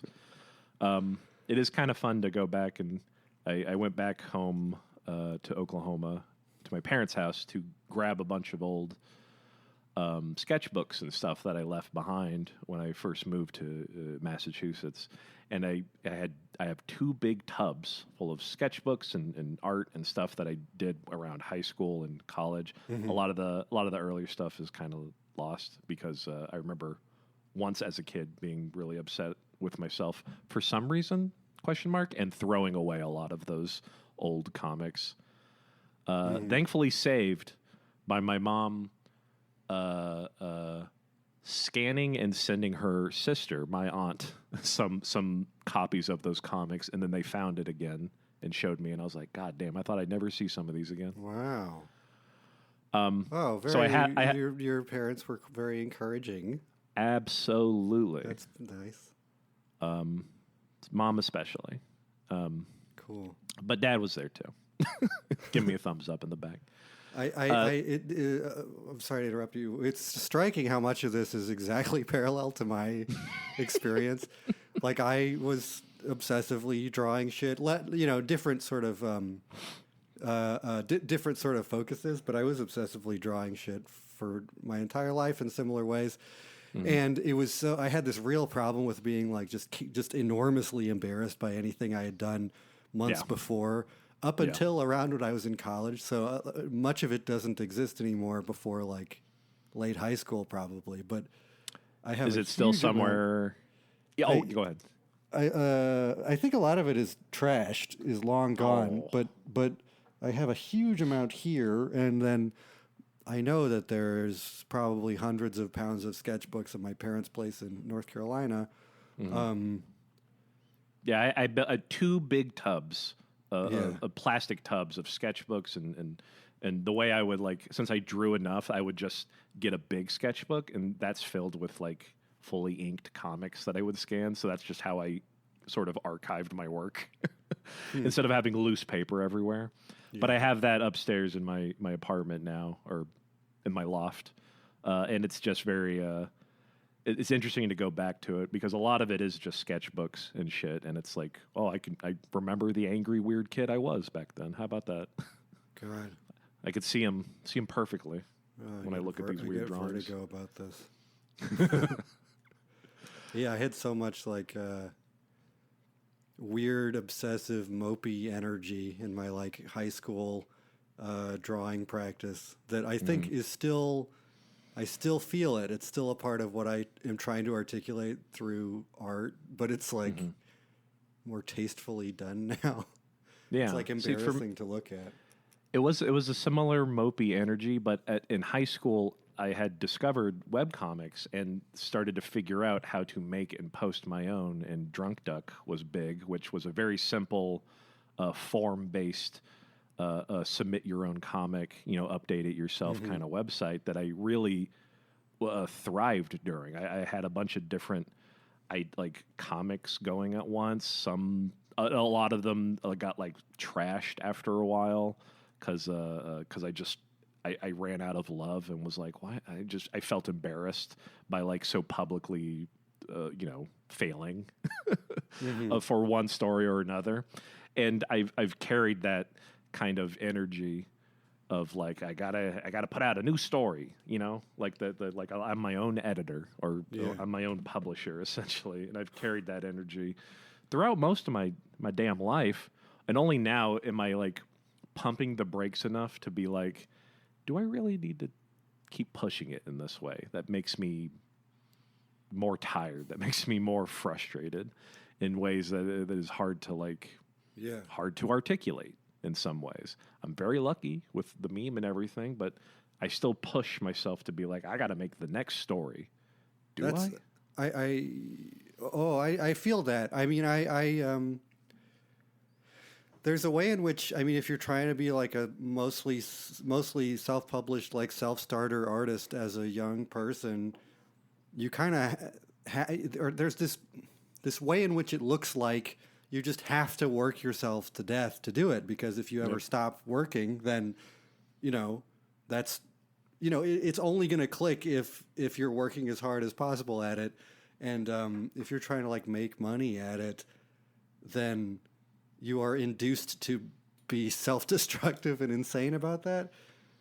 But once you're at a point where like there's some sort of career structure or stability or something, then that can be a productive way to rethink. God, it's such a nightmare to have this shit so wrapped up in like supporting oneself. Yeah, but I also had plenty of retail jobs with downtime. And I brought my bag and supplies with me and just drew during those downtimes. Like I was constantly just like, I got to make the next update for this or that comic I was working on. No one's here to get a airbrush tattoo on Monday at a fucking at a theme park job I worked at. Monday's a dead ass day, so might as well just draw. Wait, have you talked to Becky Drystad about that? She used to do caricatures at a theme park. I don't think I must have known that, but I never did caricatures. I had made plenty of friends and knew them through the work we did. The way but I've never talked to Becky directly about it. But the way the theme park I worked at worked is that I was employed by a company.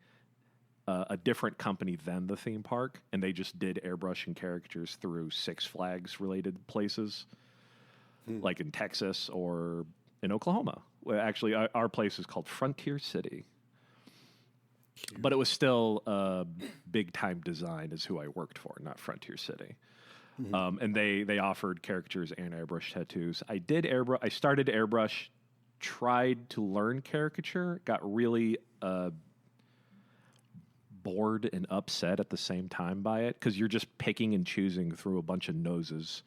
You're not looking at the person. You're remembering a bunch of noses and how to draw them. Yeah, you can tell that that's what they're doing when you see them do it.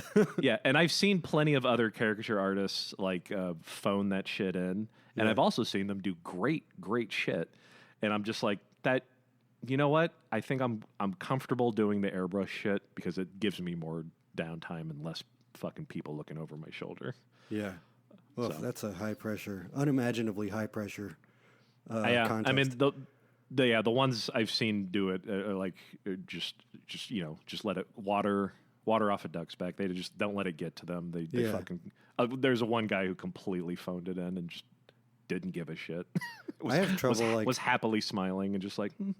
I usually have trouble just drawing anything at like a convention, like some small thing. I just can't. I never really, Yeah. never really got into that. So wait, what were you? Oh yes, okay.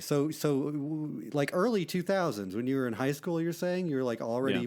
publishing all these multiple things on Drunk Duck and all. Yeah, I was just I was not in it. even aware of that shit then. That's crazy. I mean, a lot of that stuff is like doesn't exist online anymore for just because it's like this is kind of embarrassing. Some of it does, some of it doesn't. But it all ended in a similar way when I realized I just needed a catch-all dump. And before Gun Show, I had this strip called Droop, which is just a funny word I came up with. That was just miscellaneous comics. It was just miscellaneous comics. And then it kind of got way too big. Like once I moved or got to a Keen Spot or whatever, I realized that this was kind of like a lot of old headed high school shit that I'm like kind of embarrassed by. So I was like, why don't we just quietly end this?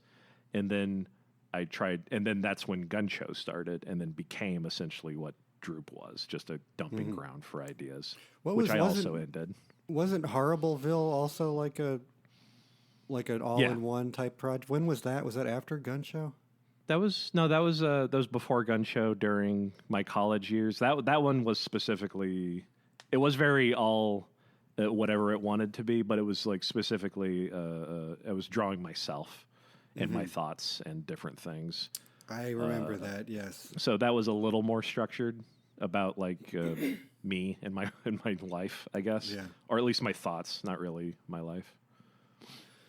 Interesting. So I it was unthinkable to me to be like a public artist person in like high school, and the internet. I mean, the culture wasn't there for me to imagine that really. I was participating in like, I was acting like I'm interviewing you, but now we're just talking, I guess. Yeah. I was active on this competitive comics drawing website, Enter Void, which is like Sounds so familiar. a lot of people that are around now were on it around then. Sloan Leong and cool. James Stocco was a person on there. Nice. So I've known him forever. There was another one of a similar type that had just like a different. This is off topic, but that's cool. I remember another one that a friend of mine was a part of that had more like artsy fartsy, not artsy fartsy, but like high energy artists doing this and that. It certainly had a high energy feel, and the culture of it was very weird and kind of like, grind focused. But I learned a lot there. But it didn't occur to me to like be a public internet cartoonist until I started Rice Boy when I was 18. When was that? In college, 2006. Nice. So like you talk about this like succession of projects through your like late childhood and moving past things and getting embarrassed by them as a young person does. But for me, it was like I'd been doing all this, figuring out what I'm doing, and then suddenly I figured out, like, Rice Boy felt like the thing where I was going to, now suddenly I'm, like, taking it seriously. Like, that was the threshold or whatever. Everything before that, no one will ever see, and it was never really out there anyway, so that's fine. Yeah. But no, I threw funny. everything at the wall. That was kind of interesting. And I still like doing that to some degree. I love that about the internet also, being able to throw something at the wall and the low threshold that it was for anyone to throw at the wall, whether it be Achewood, the quiet dark horse that becomes the thing, like the brainworms we all have today, or something odder and weirder and forgotten about, like Boston and Sean, like weird, fetishy almost, but like sincere furry comics and shit like that. That'll just be forgotten. Like, you didn't say anything when I said Boston and Sean, so you're not poisoned by it. I don't know it. There are others. Achewood's formative to me. Achewood, at the time, I thought that all web comics were just like, people on a couch talking about video games. But Achewood fucking blew my mind. Incredible, man. Really. I mention it to my student. In 2 semesters, I've had one student recognize it when I mention it. So that maybe It's can tell fallen you off. something. But also, it's all. Well, it's or it's kind of not- sad to think. It's not exactly speaking to 20-year-olds in 2024. But even going back to it, it's still just like this is such an interesting time capsule of a web comic. Yeah. Of that time, of the internet at that time, warts and all. I read the whole thing a couple of years ago. Yeah, Like just reread it.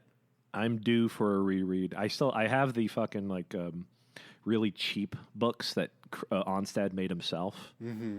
Of volumes 1 to 9, which is like up until I think Stoned Lightning, that whole thing. Yeah. Well, that's almost 10 years of good shit, Mm-hmm. But yeah, I don't know where I was going. I forget where our topic was.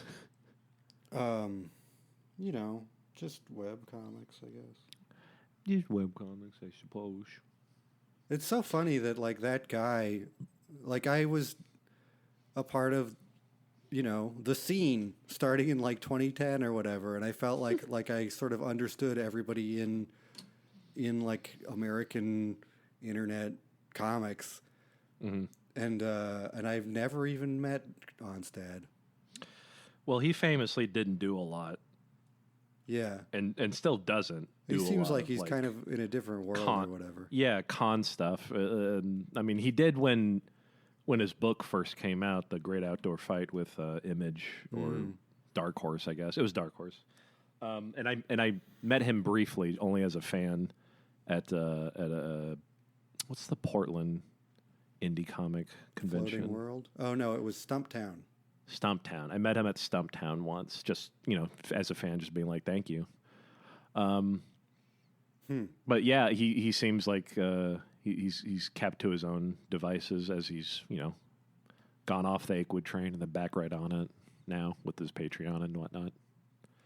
Yeah, not everybody wants to be a totally visible public person. Yeah, I don't blame him. We've become acclimated to this, around when we were both, mid to late 2000s was when social media was becoming the thing and becoming this insane ascendant force and making it, now it's the normal thing is that you want to be a public person perceived by all and easily Googleable, but Yeah, and it's not everybody. really, and it's not even comics you have to be. You can just be someone on TikTok. You can just be someone on Instagram or whatever. You don't even have to do comics anymore. But it is taking over the youth consciousness of just it's easy to do this. It's easy to stream, and all that crap. Yeah, God. But I can only hope the next generation of kids just get sick of that shit and then go to vocational school only or something. Learn how to be electricians and shit.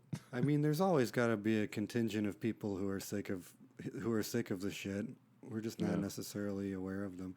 What were we talking about? We were sort of broadly going through your trajectory. You were talking about Gun Show being this sort of structured way to collect your thoughts and Gun Show sort of turned into a new kind of structured silo of just ideas and thoughts and characters and shit like this. Kind of like I always thought about it in terms of the way 8 Ball by Daniel Clowes was just a one-man anthology series. Mine was a similar, just a one-man gag comic. Well, not really anthology series. I don't know what you would call it, but I did short stories. I did long stories. I did mostly one-panel gags, had recurring characters. I don't know what you'd call that. Yeah, I guess you'd call it a webcomic. kind of an anthology logic, though. Absolutely. Yeah. That's how I tried to treat it, but it still felt like it still felt like it got to a point where I wanted to put it down and move on to something else. Even though by definition, Gun Show could be anything. It could change and move on, but it gathered so much momentum from the meme and other and like Anime Club, which was serialized Right. through there, and The and meme, other things I the did. dog meme was within Gun Show. Is that right? Yeah, yeah, yeah. The dog, This Is Fine came out through Gun Show. That I just felt like I wanted to put that box of toys down and try anything else. Like that's just on me though, getting bored with my own work, and just No, wanting that to makes move on. sense. I mean, like it's kind of a weird thing that we just assumed that. The feeling that I had when I was like starting to learn what webcomics were, and they're a different thing now, obviously, but Yeah. around like the late aughts, is that people would just commit to this commit to this thing, and it would be this long ongoing gag strip or rambling story or whatever. And the idea is that they would just never deviate from it or start a new thing because the audience was attached in some way in their minds to the title and to the thing and not to the artist. I don't think that we broadly look at it that way now, but I understand the logic, I guess. Yeah. And I definitely felt that readership fall off when I stopped Gun Show and went to He Is a Good Boy was like my next big project after that. And there was definitely a fall off of people just for the simple lack of like just the putting the brakes on it and just stopping Gun Show means you're just going to lose people who don't check the website, who only used RSS feeds, and just forget to bookmark one thing or the other. However people checked out webcomics back then. Yeah. I remember John Allison remarking upon the same thing when he stopped Scary Around for Bad Machinery. Yeah. But that motherfucker's still going. I remember that being like just like received knowledge that if you did that, you would lose a lot of momentum. But Yeah. I mean, And before people kept track of things, but with social media and they were using RSS or whatever, you could have the RSS feed just continue with the new thing, I guess, or there's ways to work around that. Yeah, you have to work around the laziness of your readers. Yeah. Which is so annoying. But I mean, yeah, that's annoying. That's an annoying, but you can't, there's no percentage in faulting them for that, Yeah, That's no, I just- mean, that's- I'm they're gonna also be a lazy lazy. reader. You know, I I am mean, also or- a lazy reader, and but I sometimes go back and check for like music. I love music, and sometimes I forget a certain band or something unless like it comes back on shuffle. Yeah. And then I actively go and search out what they're doing these days, or maybe like dive deeper if it's like, okay, I love the Unicorns, but they stopped. They did their one album and stopped. So I'm looking for like, what's up? What are the other guys doing? Nick Yeah. Diamonds has got Islands, and then these other guys did this and that. And I like digging that deep and finding these other God. things. I remember the Unicorns. Jesus, I just listened to some of Islands recently. I Yeah, love that Islands is stuff. great. I enjoyed This Islands. is, I as a mean, this band. is extremely unlazy reading what you're talking about, like looking Yeah. and following all these people and everything. But I forget, and like the fact that we're all online all the time does make our attention spans have definitely suffered for that. Yeah. So it's tougher to remember to check back on that shit. To go back into your shuffle, your iTunes shuffle, or your Spotify, or how it works for you, and just like prune stuff that you don't want anymore, or re-listen to stuff and be like, I wonder what they're doing now. I had a thought that I asked people, like, does anyone go for B-sides? Does anyone check out for like B-sides of their favorite bands anymore? Or do they just like only go for what's out, Yeah, Like, that is I got a bunch exactly of the kind shit- of question that I am interested in too. Like Yeah. I feel like if I'm really interested in something, I want to know all the dimensions of it and all the weird, Mm-hmm. obscure shit that's been published. Do people fucking do that? I think some do, but a lot don't. Yeah. And that's an easy and real answer. Occam's razor, easiest answer, or whatever Yeah. it's called. You got it. It's called Occam's razor. It's called Occam's razor. Okay, I feel like this is hitting on something substantial. So like I see like the big shift that has happened in this world over the course of me being like a attemptedly professional adult has been the social media thing. Yeah. Like, we moved from, first of all, a small number of nerdy people being on the internet to every single human being ever being on the internet. We Yep. moved from people following things because they're interested in them and they specifically make the effort to follow them using whatever tools are at their disposal, to people follow, to oversimplify and to be judgmental. People follow a bunch of stuff that interests them on social media and then basically just lean back and allow the platforms to show them whatever the platforms decide to show them according Yeah. to whatever black box logic. Yes. But now that shit's collapsing, right? I mean, Yeah, it Like, really feels like it. It really like- feels like something's about to give. yeah, Twitter's going to be dead or it'll be something. I mean, people are are abandoning it in droves. Yeah, I'm And, like- I'm still hanging out on there, but the vibe has shifted. Yeah. Like I'm hearing people say it has more of the vibe of like 4chan, just people being angry for the angry sakes, being trolls for trolls' sake. And I got to admit, there's something to that. I've only ever lurked like the comics board on 4chan, just being like, what are people saying? Are they Yeah. talking about me? And it has the same type of vibe of just like, I can say anything on here. Oh boy, Yeah. here I go. Yeah, it's become depraved. I've mostly abandoned it, but like the number, you know, a lot of people have left in the Yeah. past several months, you know, or year or whatever. Yeah, and like there's not really one. It's been split apart because now you have Threads, you have Blue Sky, you have Kara, you have Mastodon. If anyone still uses that, Oh, I forgot about that one. exactly. Yeah, it's been split apart, but like, think about. I mean, it's kind of a historical anomaly that something as huge and centralized as Twitter even existed. You know, we're not Absolutely.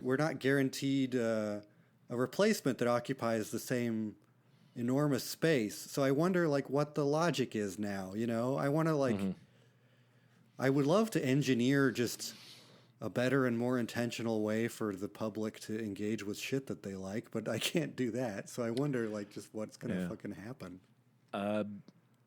I really don't know. I mean, Instagram, as much as Facebook and Meta are kind of like skeezy in their own stupid ways, Instagram seems like the most stable thing for cartoonist webcomic people. But then that all just becomes pushed into the big umbrella term that we all know and love. Say it with me: content.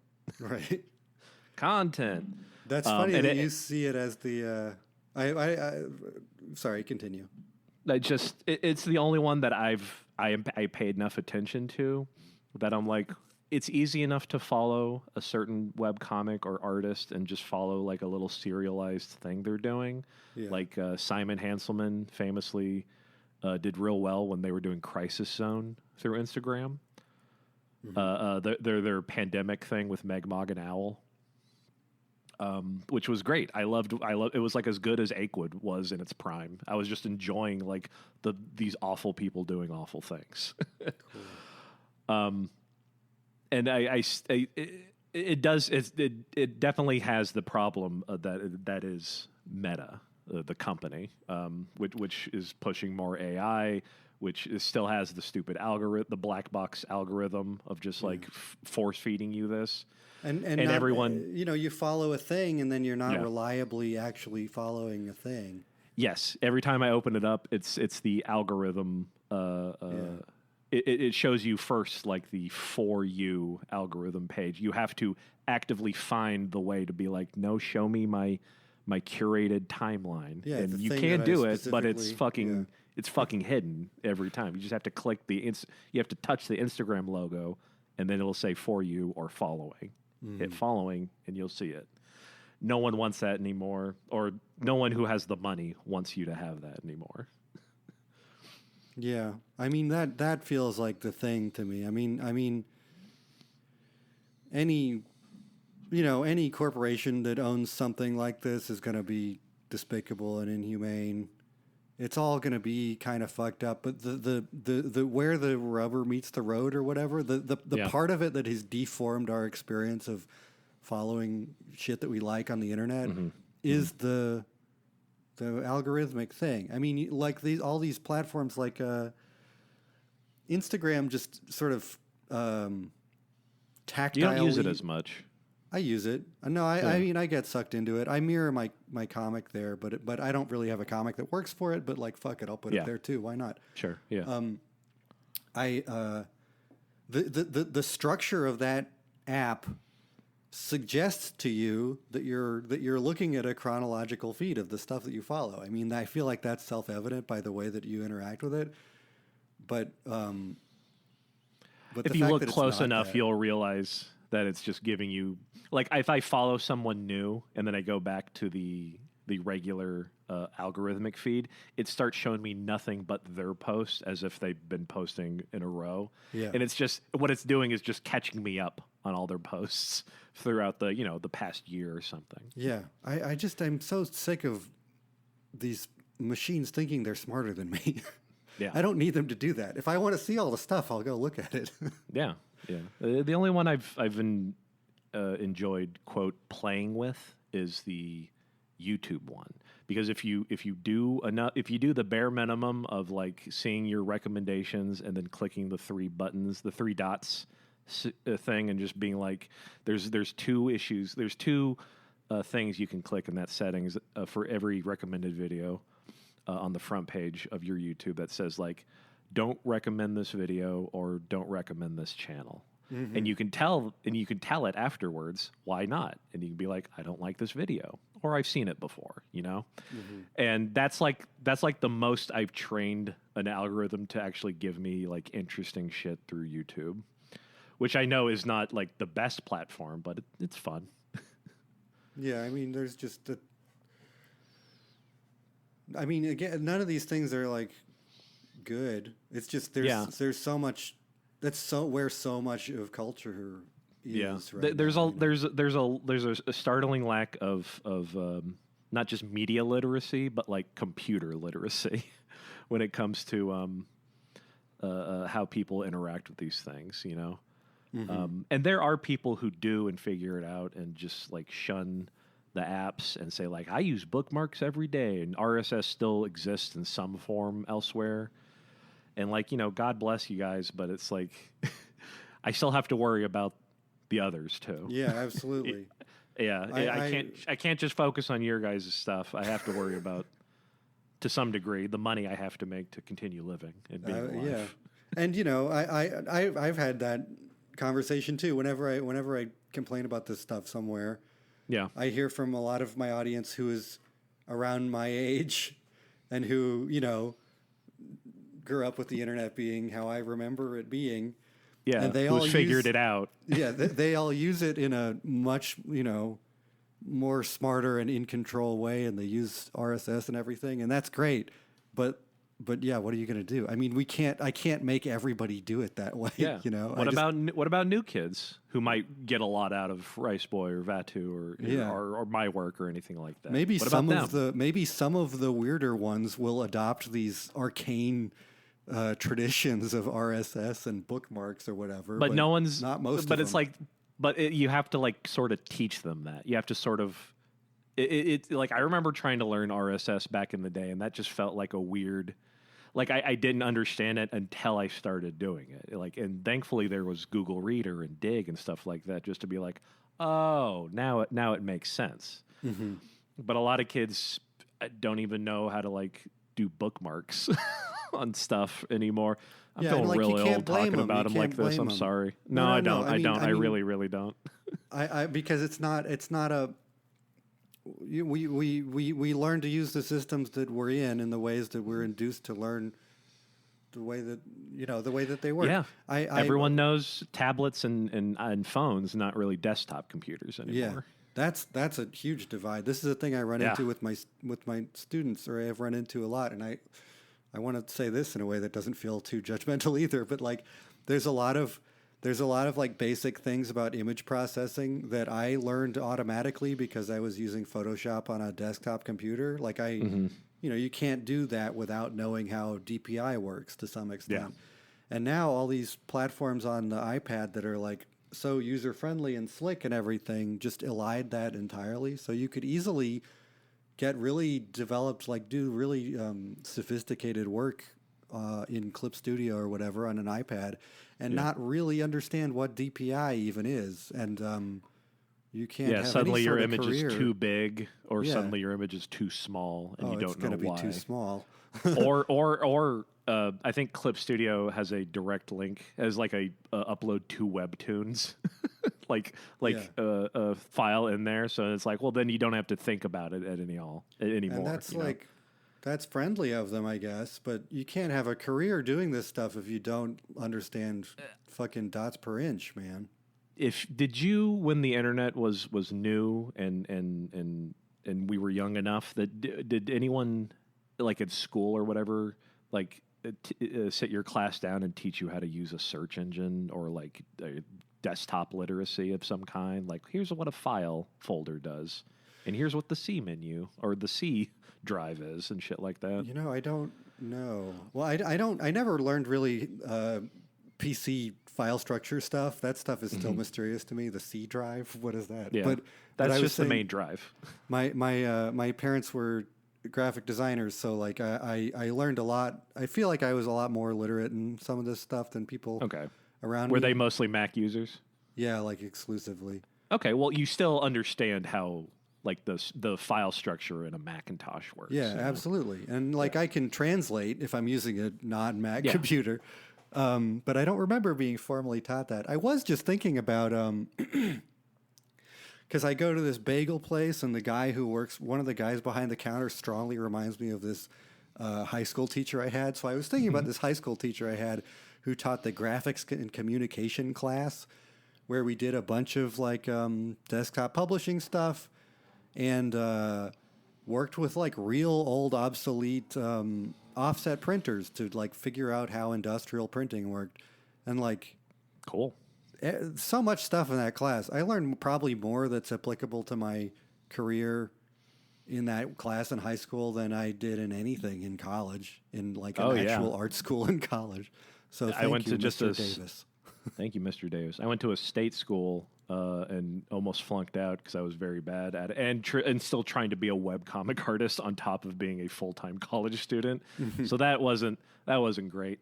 But I ended up not dropping out, but like taking my credits and going to something more interesting, graphic design, to a vocational school where they were just like, Hell yeah. here's really nice Macs we could afford. Here's a book that tells you how to use Photoshop, and you can teach yourself. Have a good day.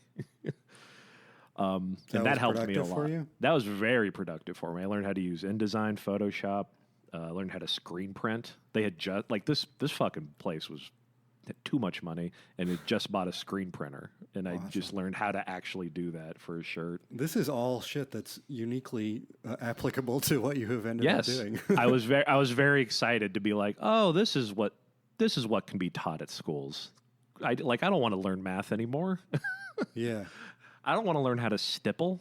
You know, I was very uninterested in the art side of my work as much as I was into like how to lay out a mini comic Yeah. or, do that.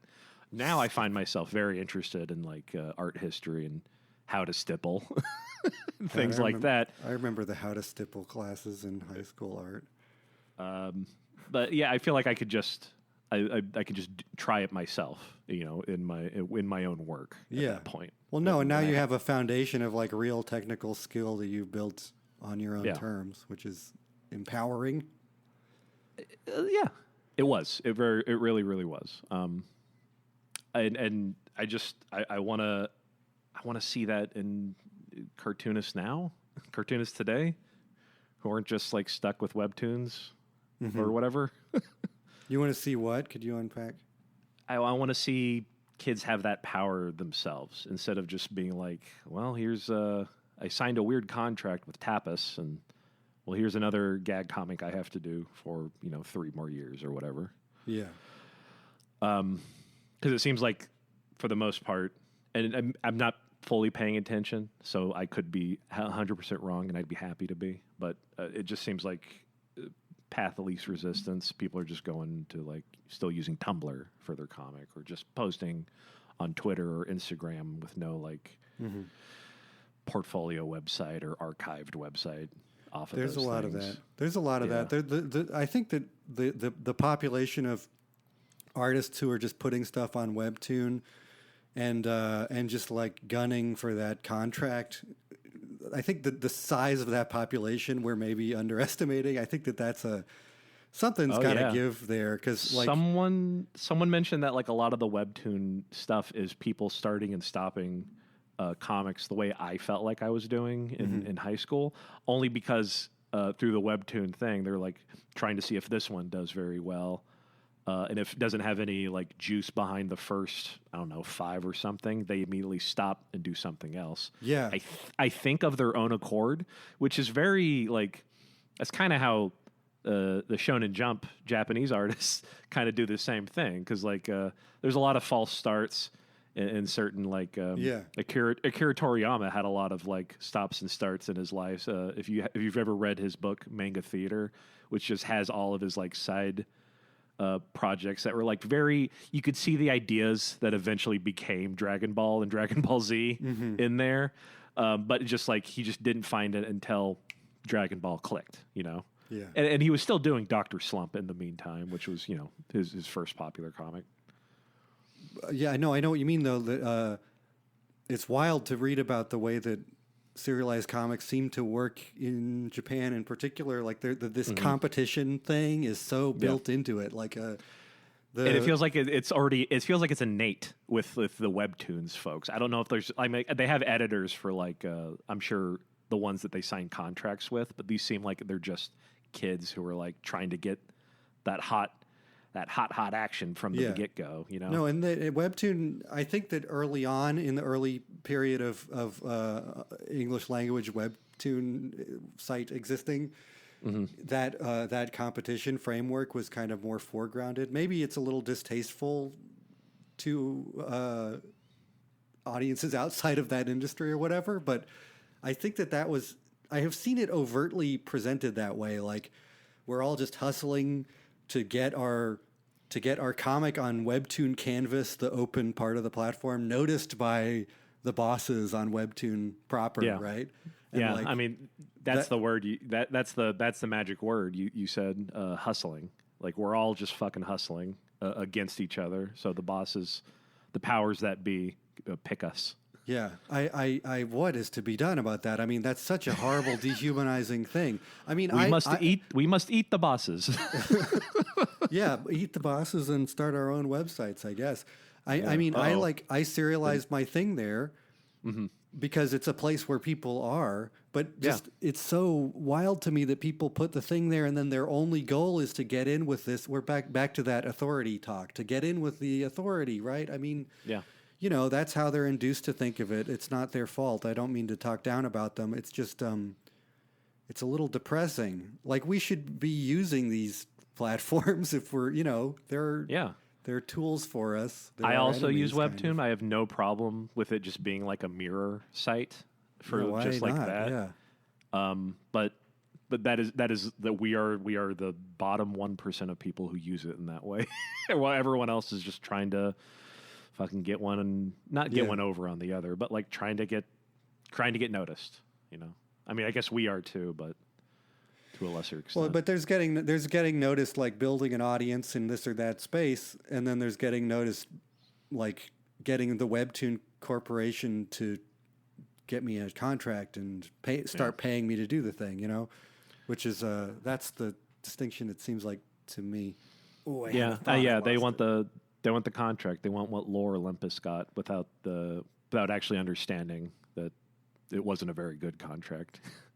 Yeah, I think I mean, probably wasn't. I'm gonna guess and say it wasn't a good contract. that's probably a good guess, but yeah, you know, no way of knowing. Yeah. Give me 1 second. I have to regain a thought I just had. I'm here. Okay, I just forgot to mention that Webtoon, American Webtoon, whatever it's called, just a couple of months ago did their initial public offering. So they're a publicly traded company now. So they're better. they're locked into the death spiral that is killing all this stuff, you know? So like it's just going to get more grotesque and exploitative and it'll be dead in 5 or 10 years. And like, Yeah. all these poor fucking artists building their whole, building so much into appealing to this one space. I don't know. I just wonder what it's all going to look like in a few years, I guess. Another Hydra head will pop up, and Yeah. it'll just be someone else we're mad at, I guess. Probably. I mean, it's a colonized space now. There's no going back. Or it's a gentrified space or whatever. Yeah. No.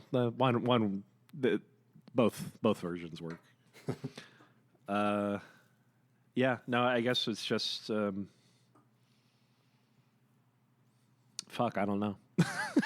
And I've been thinking about that a lot recently. Like, what am I still going to do? Am I going to try to get published again? Am I just going to fucking say whatever and then just make my own HTML website, which I'm pretty much doing, but at the same time, I'm lazy enough to just fucking post and not give a shit. You can make a little website and have it be a thing you don't have to think about past the first couple weeks, Yeah. You do all these things. And what is to be done? We're not going to, the way that because I go through these spirals, the way that I wrap it up for myself is to think that I can't answer. I don't know exactly how to prepare for it or how to wrap my head around what's happening or whatever, but I can identify certain vectors and certain ways of thinking critically that hopefully can be productive. I guess it's like if anyone can take anything from this, who's a young cartoonist trying to figure it out, is to try and then find out what you're capable, find out what you like, find out what you can be comfortable with doing. If you want that damn contract with Webtoons and they'll give it to you, try it out. If you don't like it, hopefully you can fucking walk, Mm-hmm. I mean, contract don't last forever, I fucking hope. Yeah, but they probably do. I mean, they probably have the work forever. I mean, True. You can, I imagine, leave and do other stuff, but Yeah, but a lot of people get so precious about certain ideas and properties in their own head. I get it. It does come and go for me, but it's always a different thing that I'm kind of obsessing over. Years ago it was Good Boy. He is a good boy, and now it's Greachers, which is just something fun for me. Mm-hmm.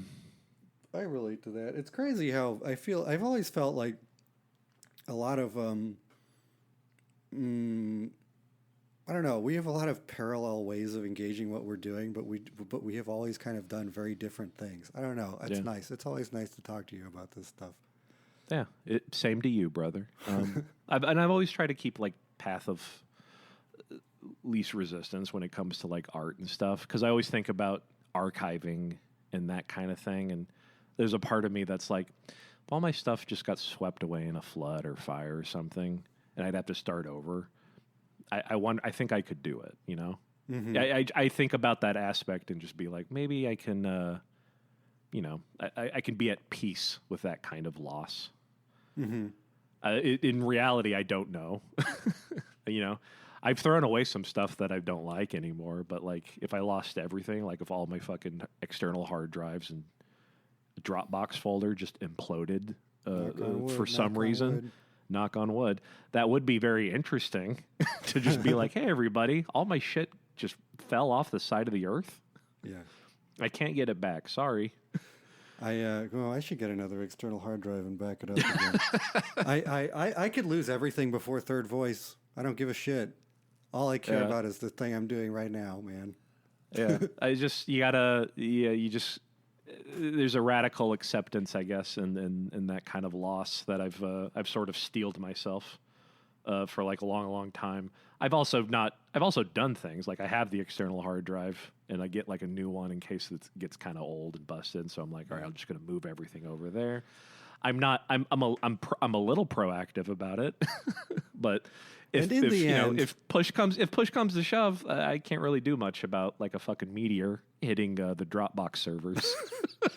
And in the end, don't we lose everything anyway? Ain't that the truth? And that's our show.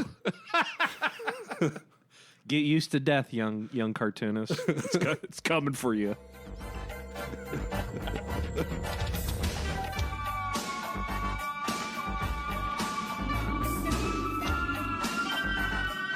Hey, all right. This has been an episode of a podcast. I think I'm calling it the Flat Art Show. FLAT Art Show. This was a talk between myself, Evan Dom, DAHM, and Casey Green. That's letter K, letter C, Green spelled the way that you spell green. You can find his work in lots of places. It seems to be conveniently centered at kcgportfolio.site, S-I-T-E. But if you look him up, he's easy to find. Ditto me, if you look me up, I'm easy to find. The music is from 1990 OVA Ryo Kunohara Labyrinth. The music might be by the individual person Yoshihiro Kunimoto, not exactly sure. So I don't exactly know what I'm doing with this, but I don't want to get too into metatextual talking or artifice, but I like having this sort of conversation. I don't see or hear it had very much. I have a particular trajectory through independent art on the internet that is interesting to bounce off of other people's trajectories. Well, hit me up if you want to be on the podcast. No promises, no particular plans. Have a good one.